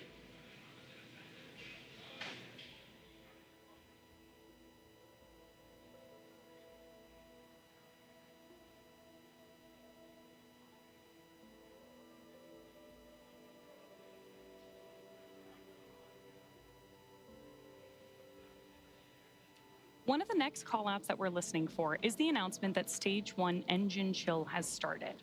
Right now, the propellant in the tanks is isolated from the engines, but at T-minus 7 minutes, we'll open up the engine pre-valves and start passing just a trickle of liquid oxygen through the Merlin engine pumps, chilling the engines for the start sequence. We do this because the super chilled and densified liquid oxygen is really cold, and we use that small amount of LOX to basically prepare the engine hardware. There's the call out for engine chill. So now we're basically preparing that engine hardware to flow all of the LOX and propellant into it during flight. Next up, we should hear the call out for Stage 1 RP1 load completion. And Dragon SpaceX, stand by for final go, but please confirm crew displays are configured for launch. SpaceX Dragon, crew displays are configured for launch. All right, we heard their crew displays. Those 3 screens from which they can monitor the mission are configured for launch. Stage 1, RP1 load is complete.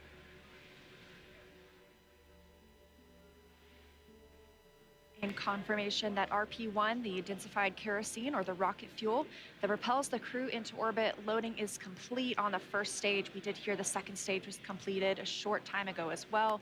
Now T-minus 6 minutes until launch. We are still loading liquid oxygen on the first and second stages. This is the oxidizer we need to combine with the densified kerosene that just finished loading. Coming up, we will hear the call for Dragon to configure for terminal count and then transition to internal power at about 5 minutes until launch. Then we'll hear the propellant tanks on Falcon 9 are getting ready to pressurize, adding some additional rigidity and structural support as we get ready for the strong back to retract. It'll move just a couple of degrees at first, and then we'll see it swing open completely at the moment of liftoff. That strong back provides access to Falcon 9's fueling lines and umbilicals for the prop load and the different gases being loaded on board. So we're continuing to check through a couple of more fueling milestones, including one around the 2-minute mark, where we will hear that the liquid oxygen is finished on board the second stage.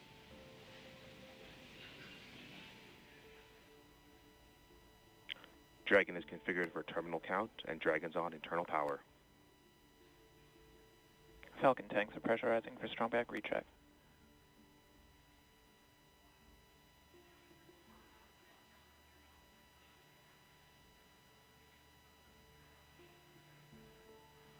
So there we heard the call out that we are preparing for strong back retract. And as Leah just mentioned, the strong back is that white truss structure that you see on the left side of Falcon 9. Got a better shot of it right there.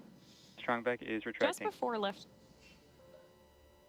There we heard the call out from mission control that we are retracting the strong back now. The strong back is part of the transporter erector, which was used not only to roll Falcon 9 out to the launch pad, but also to raise it into its vertical position. It will retract just about 2 degrees first after those clamp arms open up around the base of Dragon's trunk, and then just before liftoff, we'll actually go all the way back to 45 degrees retracted to give Falcon 9 and Crew-7 room for liftoff.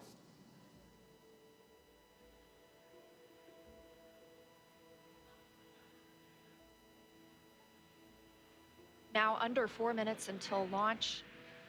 Next up, we're looking for the first stage liquid oxygen loading to finish at T-minus 3 minutes. You're starting to see some white clouds on your screen. That is vapor, it's normal. We'll continue to see that build up as we get closer to launch. Obviously, this liquid oxygen that we're loading is super chilled, so a little bit of that will boil off in the hot Florida air.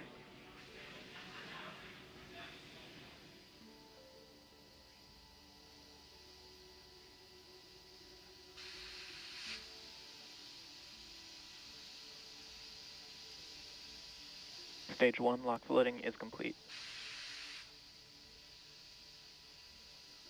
Great view of Crew-7 there inside of the Dragon spacecraft, awaiting liftoff just under 3 minutes from now.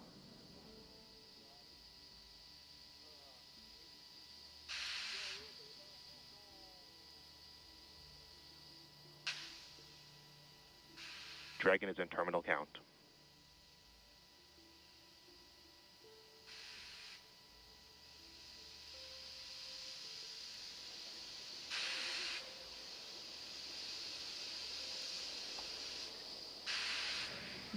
Now about 2 minutes and 30 seconds until launch. Next milestone, we're looking up for stage 2 LOX load to complete. Additionally, shortly after that, we'll hear gas closeout begin, isolating the feed lines from the different gas systems for the Falcon 9 rocket. Those will get vented overboard through the umbilicals and the strong back itself.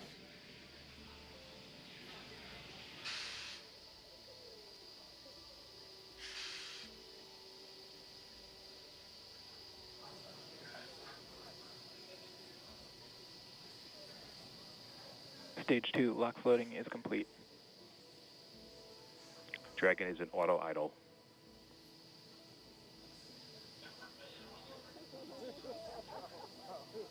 Confirmation that stage 2 LOX load is complete. Dragon and Falcon 9 fully fueled. Gas closeout has started. Expect loud venting. There's the gas closeout call that we expected. Additionally, we will be in auto idle. This puts the rocket in a state the flight computers understand before it takes over, making sure the transition to final countdown is smooth.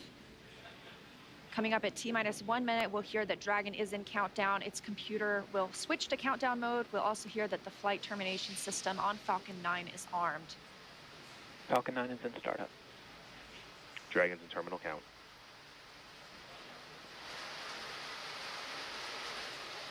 Dragon's flight computer in countdown and configured for launch, and the flight termination system now armed. Less than a minute until liftoff today. Dragon, SpaceX. This flight termination Go for system. launch.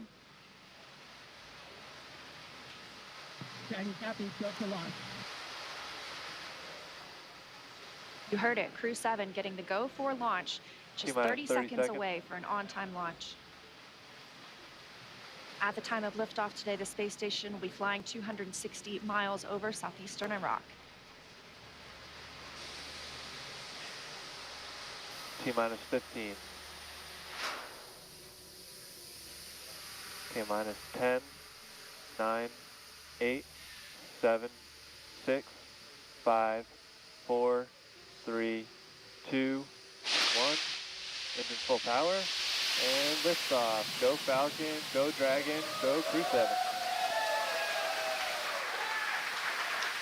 Endurance ascends, an international crew Copy, 1 Alpha. destined for the International Space Station. Stage 1 That's propulsion is 1.7 nominal. million. Good calls from the propulsion officers here. Propulsion's nominal. 1.7 million pounds of thrust on Falcon 9, taking Crew-7 to the International Space Station, now traveling almost 300 miles per hour.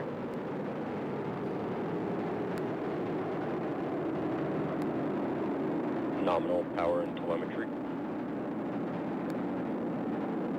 We are just about T Stage 1 plus throttle 45 down. seconds into the 7th rotational crew mission on board Dragon and Falcon 9, and right now the vehicle is throttling down to help us pass through the period of maximum dynamic pressure.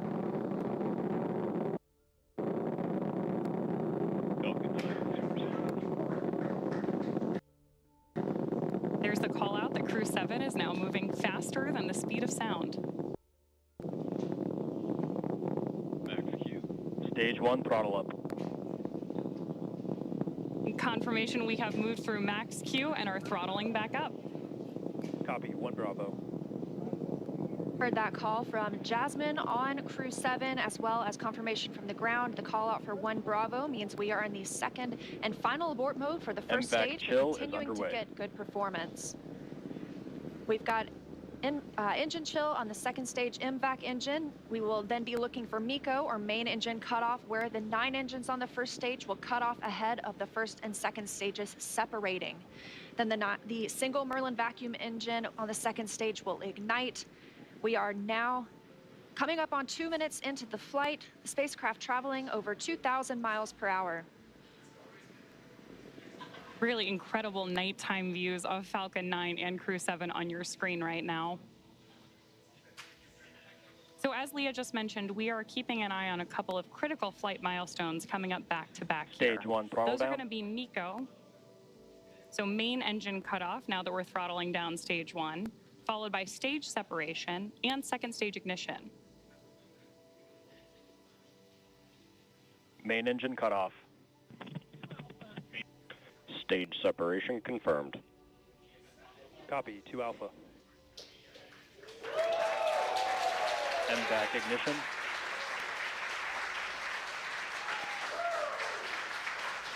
So there you heard and saw Miko stage sep, and hopefully you heard Jasmin call out for the 2 Alpha abort mode just before second stage ignition. And of course, this is the second stage, powering Dragon on its flight, now traveling almost 4,000 miles per hour. Over 3 minutes since launch, the second stage will continue to power the spacecraft. And our first look at the crew inside.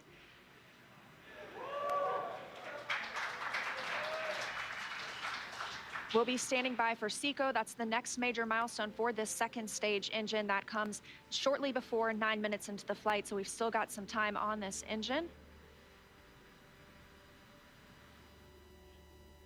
So right now, while Crew-7 makes its way to orbit, our first stage booster is making its way back to land. So you may hear the call-outs here on the net shortly that we are in the middle of our boost back burn.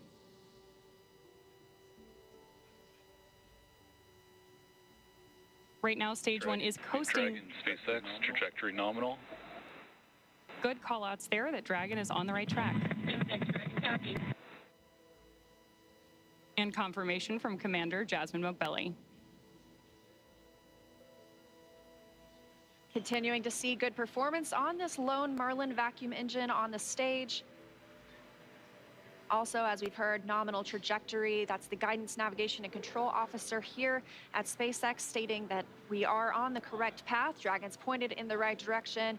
The second stage continues firing until, like we mentioned, second stage engine cutoff at about 8 minutes and 50 seconds into the flight. Right now, we are 4 minutes and 30 seconds since our on-time liftoff, now traveling at 5,000 miles per hour. This single Merlin vacuum engine can provide over 220,000 pounds of thrust in the vacuum of space, doing its job to take our crew to the International Space Station today. Dragon, SpaceX, trajectory nominal. More good news from Mission Control. Acquisition of signal, Bermuda. So with that Bermuda call out, we actually know that the ground station transmitting this flight data back to us is coming from Bermuda.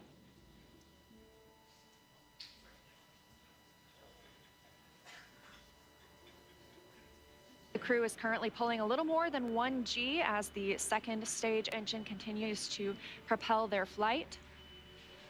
Continuing to hear good calls to the crew, now 5 minutes and 30 seconds into the flight, traveling at 6,400 miles per hour. Again, we will continue to see this second stage fire for about 3 more minutes. Shortly after second stage engine cutoff, we will see it separate from Dragon, which will continue its journey.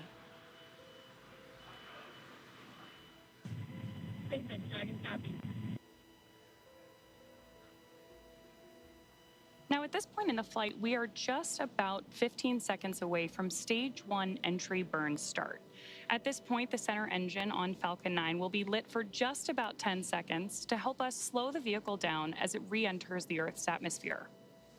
That's not the only thing helping us on re-entry, though. The first stage sees high drag on re-entry, which scrubs roughly 70% of the velocity by the time the landing burn begins, which you just had great views of on the left-hand side of your screen.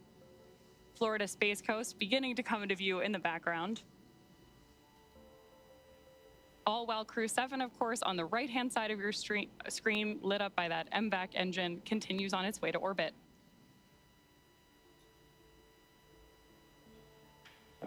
And we are now coming up on continuing to get good calls as we reach almost 7 minutes into the flight. Crew traveling at 9,400 miles per hour. Again, we still have about 1 minute, 45 seconds left with the second stage propelling the crew. And of course, we are also expecting that landing burn start from Falcon 9 any second now. Great views.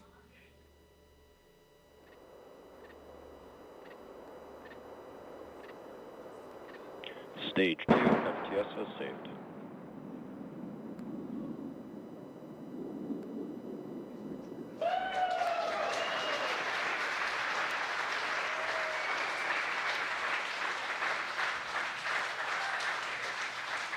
Great news there that Stage 1 has successfully landed back at Landing Zone 1 in Florida. And Stage 2 continues to propel Dragon and our Crew-7 crew members. We now are coming up on SECO, second stage engine cutoff. Again, looking at that about 8 minutes and 50 seconds into the flight. Everything continues as planned today, now traveling over 13,000 miles per hour. Again, we're looking for eventually a good orbital insertion at which we'll be traveling.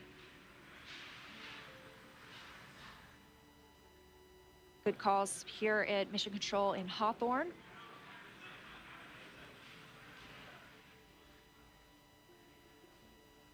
And we are standing by for second stage engine cutoff.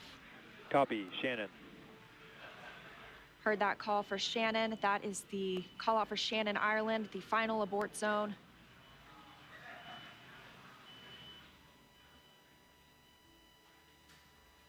MVAC shutdown. There's audio confirmation, and you can see on your screen that we have had successful second engine cutoff 1 of our MVAC engine. Dragon SpaceX, nominal orbit insertion. Dragon. And good news there that Crew-7. Nominal orbital insertion. Dragon SpaceX launch Awesome to system hear. disarmed.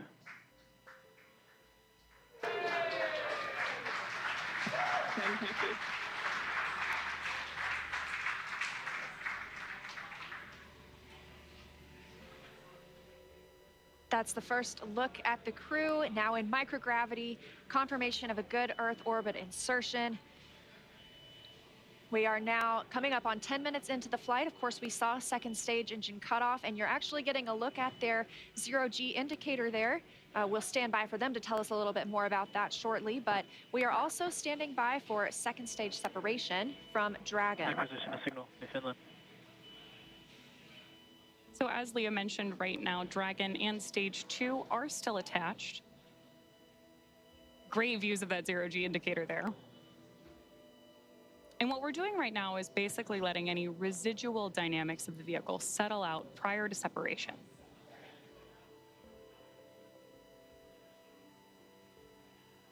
We are expecting that separation event in probably about 90 seconds. Crew looks like they're having a great time up in space, too. And as we stand by for that separation, shortly thereafter, we'll be looking for the nose cone to begin deploying. That command will be sent, and we'll see it open shortly after.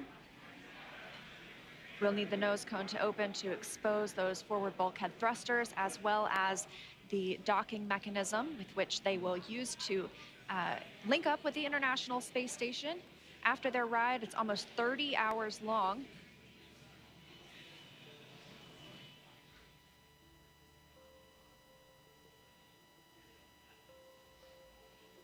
Again, we had liftoff right on time today at 3:27 a.m. Eastern Time.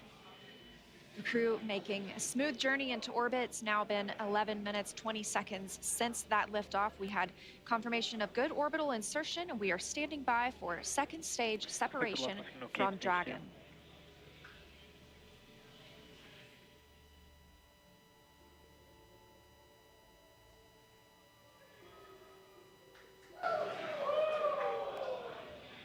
Great views of Mission Control here in Hawthorne, California.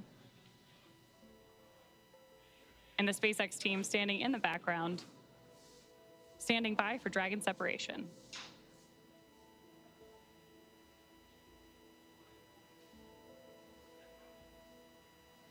Of course, you also have continued telemetry readouts from Dragon and Stage 2 in the bottom left-hand corner of your screen.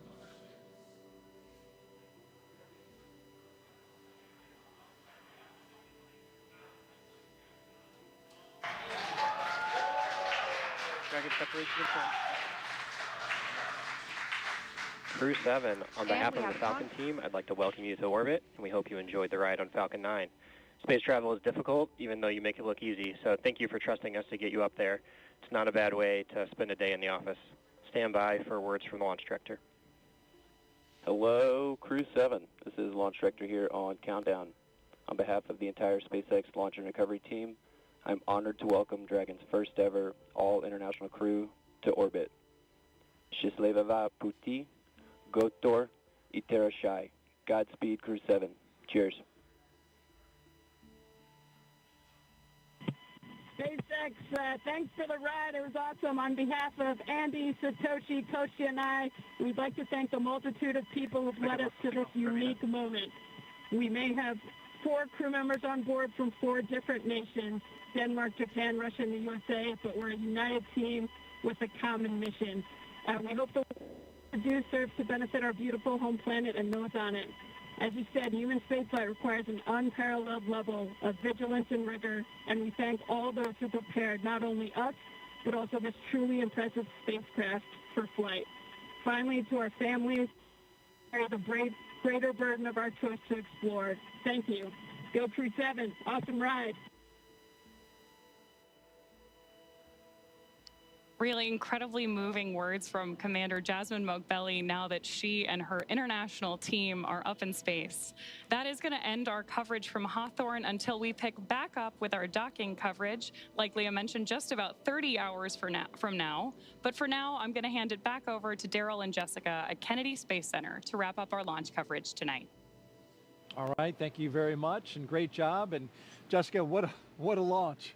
It was spectacular. Like we said, those night launches are something to see. You see all those bright lights. You see those little nitrogen pulses when that first stage is coming back down. Spectacular. Phenomenal roar, the thunder, you could feel it in your chest. And then, of course, the booster came back and landed, and that was some extra pop. Pretty impressive all around. Sights, sounds, and even those feelings. That's new, of course, to Crew, to NASA Crew, is bringing the booster back. NASA decided they have a lot of prop margin, propellant that is, and so they burn the first stage a little less and the second stage a little more, and allows them to bring the first stage back and back to land, which is good to see. And so you saw the zero-G indicator floating around. Tell us what it was. I did. Well, that, Daryl, was a 3-toed sloth. Important distinction, not a 2-toed sloth. Oh, really? Yeah, so apparently this is one of Andy's kids' favorite animals. And as a family, they were even fortunate enough to see one in the wild in Costa Rica last Christmas when they were on vacation. So it was all kind of fate leading up to this, I think. How about that? This is Andy Mogensen. Andy Mogensen, the pilot. That's correct. That's right. And I guess his family calls him the slowest person in the world. So another reason why this 3-toed sloth had such meaning for all of them. Well, that actual sloth in the capsule looked like it was moving slow as well, but he's got an excuse. You know, we have a saying in space, and it's often true. Yeah. Slow is smooth, smooth is fast. And when you rush too much, especially in space, doing a spacewalk or anything that you're doing, you get in trouble. So slow is smooth, and smooth is fast. Wise words from our veteran space flyer, Jessica Meir, sorry. It's early. Hey, we got some social questions. Let's take a few. You do mind?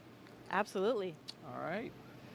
Well, let's look on our screen here, and here we've got one that says, come Sunday morning. Beautiful shot right there, though, of the spacecraft looking out the back. Boy, that is high-resolution image. Come Sunday morning, Earth Eastern Time, what are the first few tasks the crew will do, and how will they best acclimate and get dialed into their mission? Well, when we wake up in the morning on board the space station, we open up our computer and we have a plan that lays out our entire schedule for the day, whether it's scientific experiments, hardware, maintenance, whatever it is that you need to get done. I know what this crew will be doing. One of the first things they do, of course, is a safety briefing. So we want to make sure that they have all of the information they need in case they had any kind of situation on the space station where maybe they needed an emergency breathing mask or a fire extinguisher, anything like that. Safety first at NASA, and that's the first thing that we do when you arrive on board the space station as well. The veteran crew that is up there will take them through that, show them where everything is, talk through some of the main messages, and then they'll have a longer session, usually the next day or later that week.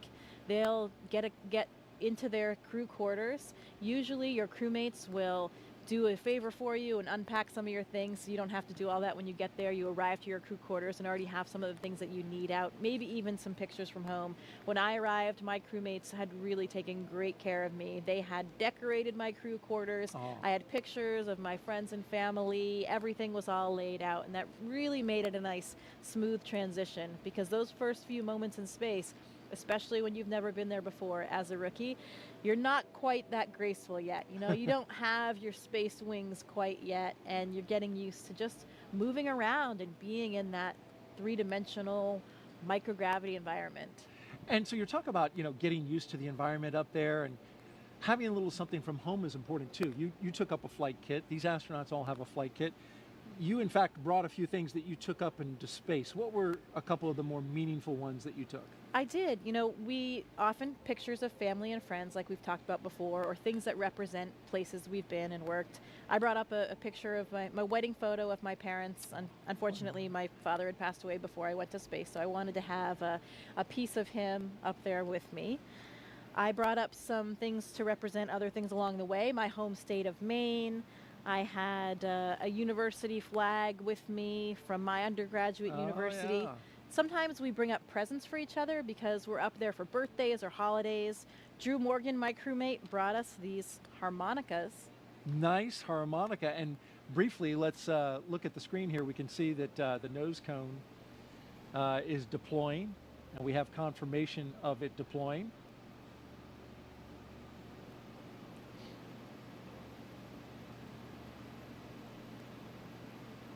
Beautiful shot there. Of course, the nose cone has to deploy in order for Dragon to connect up to the International Space Station. And once this clears out of the way, it is quite a view. Depending on where Earth is in relation.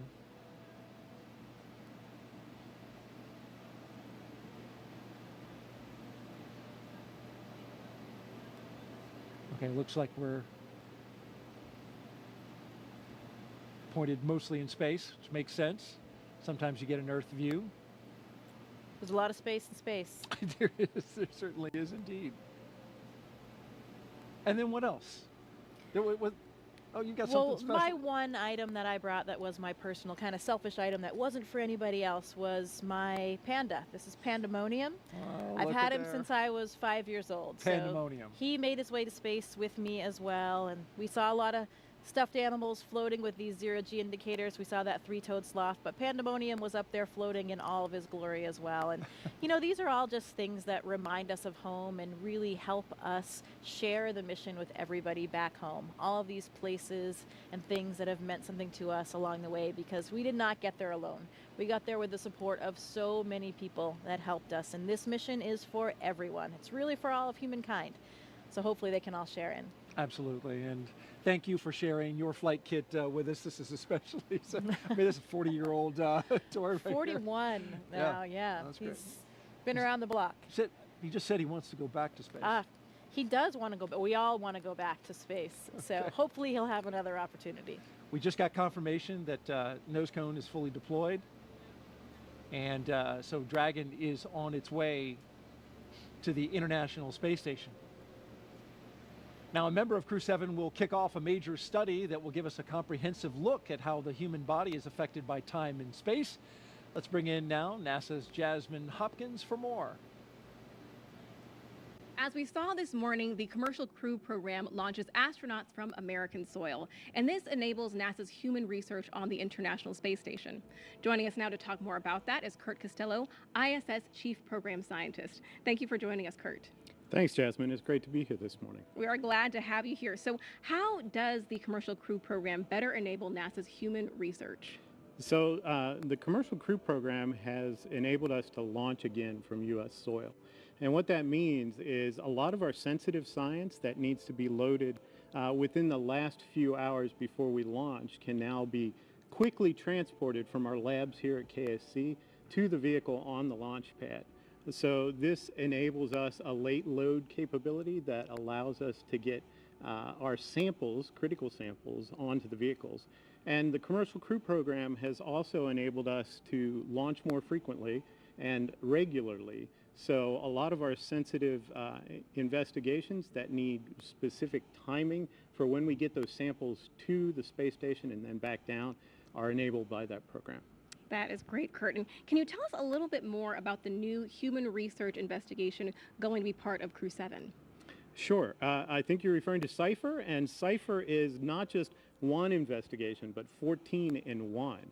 And what it's really setting out to do is to help us understand whether we have risks from my wife. to humans being in space I'm always for longer than 6 the last to leave the house whenever we're going anywhere. Personally, I think it's with good reason. But they say I'm the slowest person alive, which is also why it's a 3-toed sloth, not a 2-toed sloth, because apparently that would be too fast for me. So welcome to space, Sasha the sloth.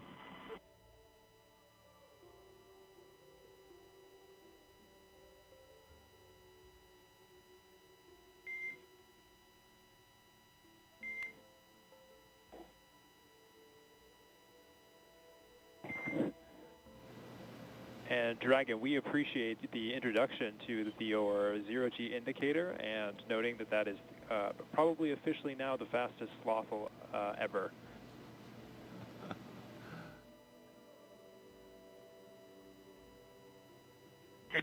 This is Satoshi. It's nice to be in space, and I'm very glad to see happy faces.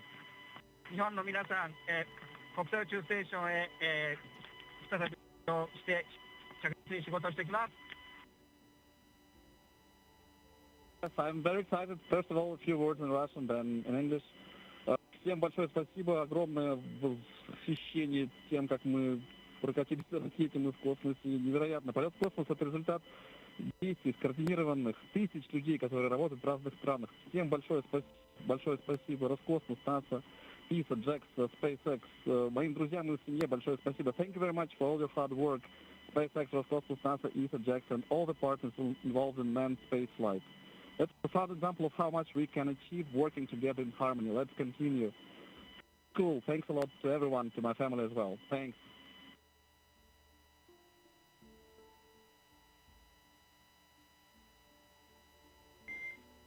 SpaceX copies all. Thank you for the kind words. And Jaws, if you are ready to copy, I do have some upcoming words on the phase burn.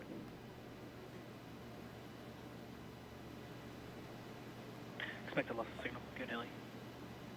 SpaceX Dragon is ready to copy. Okay, wanted to give you an update that we are going to be losing TDRS for voice comms for about 15, that's approximately 15 minutes, which is going to include that upcoming phase burn per your displays. We do have a ground station pass during that burn prep, so you will actually be able to call us in the blind. However, you will be LOS during the burn. There's no concerns, but we'll pick you back up at 0819 Zulu, which will be right after the burn, and we'll confirm that burn performance. How copy? SpaceX Dragon copies all. We'll lose you on TDRS for the phase burn, but we can make calls via the ground station in the blind, and we'll catch you on the backside at 0819.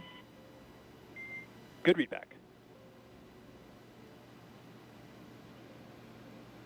Okay, you just heard some communication between Commander Jasmin Moghbeli and SpaceX's launch team. Just saying they're going to lose TDRS connectivity, which will, during the burn, they'll be unable to communicate, but they've got a ground station that will catch them on either side of that. So communication will be established before and after the burn. Earlier, we heard some words from Andy Mogensen. Of course, you told us that that was a sloth. Wasn't sure that we were going to be able to, get some words from him, but it was good to hear from him and the other crew members about, now that they're in space and sharing a message with the world. Absolutely, and we got a name, Sasha the sloth. Sasha the sloth. The fastest moving sloth ever to be a sloth. Yeah, among the legendary, famous stuffed animals in space. That's now. right. It's a thing. Joins the long list of them. And so Jasmin, Andreas, Satoshi, and Konstantin are on course to arrive at the International Space Station around 8:39 Eastern Time tomorrow. NASA TV, well, we will be wrapping up our coverage, but you can follow along with Crew-7's entire ride to the station and hear real-time audio from that space to ground, which we were listening to just then, on our mission audio stream on YouTube. Make sure you look for the link on our NASA social media accounts and in the description of the NASA YouTube launch broadcast. And though our coverage here at Kennedy Space Center is concluding, Crew-7's mission has only just begun. They'll get to the International Space Station in about 30 hours. It's going to be a long ride, but then they'll be able to meet and join, I should say, Crew-7 to Crew-6, and that'll be quite a ceremony. Absolutely. You know, these first missions, these first moments in space are absolutely unforgettable. I'll never forget that. Feeling weightlessness for the first time. You're still strapped in your seat, but everything starts lifting up, your arms, your pencils, anything that was on the floor, the zero-G indicator, everything. And I remember looking across at my crewmate, just sharing those moments and those smiles. I know how happy that crew is right now. I am so excited for them and their mission. It will take a little while, 30 hours, like you said, to get to space station, but they are in space right now, and I know they're enjoying every minute. Congratulations, Crew-7. We are so excited for you. This is going to be an incredible mission on the International Space Station. Great words, Jessica. Appreciate those. And Crew-6 will be coming back down in about a week. They'll have a roughly 5-day handover, and then they'll return. Next up for us is our post-launch news conference scheduled at 5 a.m. Eastern Time on NASA TV. And of course, we'll have live joint coverage of docking and the Crew-7 welcome ceremony starting tomorrow at 6:45 a.m. Eastern Time on NASA TV, as well as SpaceX's YouTube channel. You can find mission updates on X, at NASA, at SpaceX, and on the web at nasa.gov, including, again, the link to that mission audio stream if you want to stick around with Crew-7 and be with them on their entire journey. Well, before we sign off from Kennedy, I want to thank Jessica Meir for being here on the launch broadcast and sharing your incredible experiences and all your insight, answering the questions, bringing pandemonium and showing them off. Thank you so much. We really appreciate having an astronaut, and especially you today on Crew-7 to share this with us. Well, it is absolutely my pleasure. Any good day when a rocket ignites is a great day for astronauts all around the planet. So we wouldn't miss out on it for the world. Very happy to be here and excited to share this moment with all of you. Thanks so much. And a huge thanks as well to all of our guests for joining us today, but most importantly, thank all of you for watching. For everyone here at NASA and SpaceX, have a great morning and keep looking up. We leave you now with a look back at highlights from suit up to liftoff.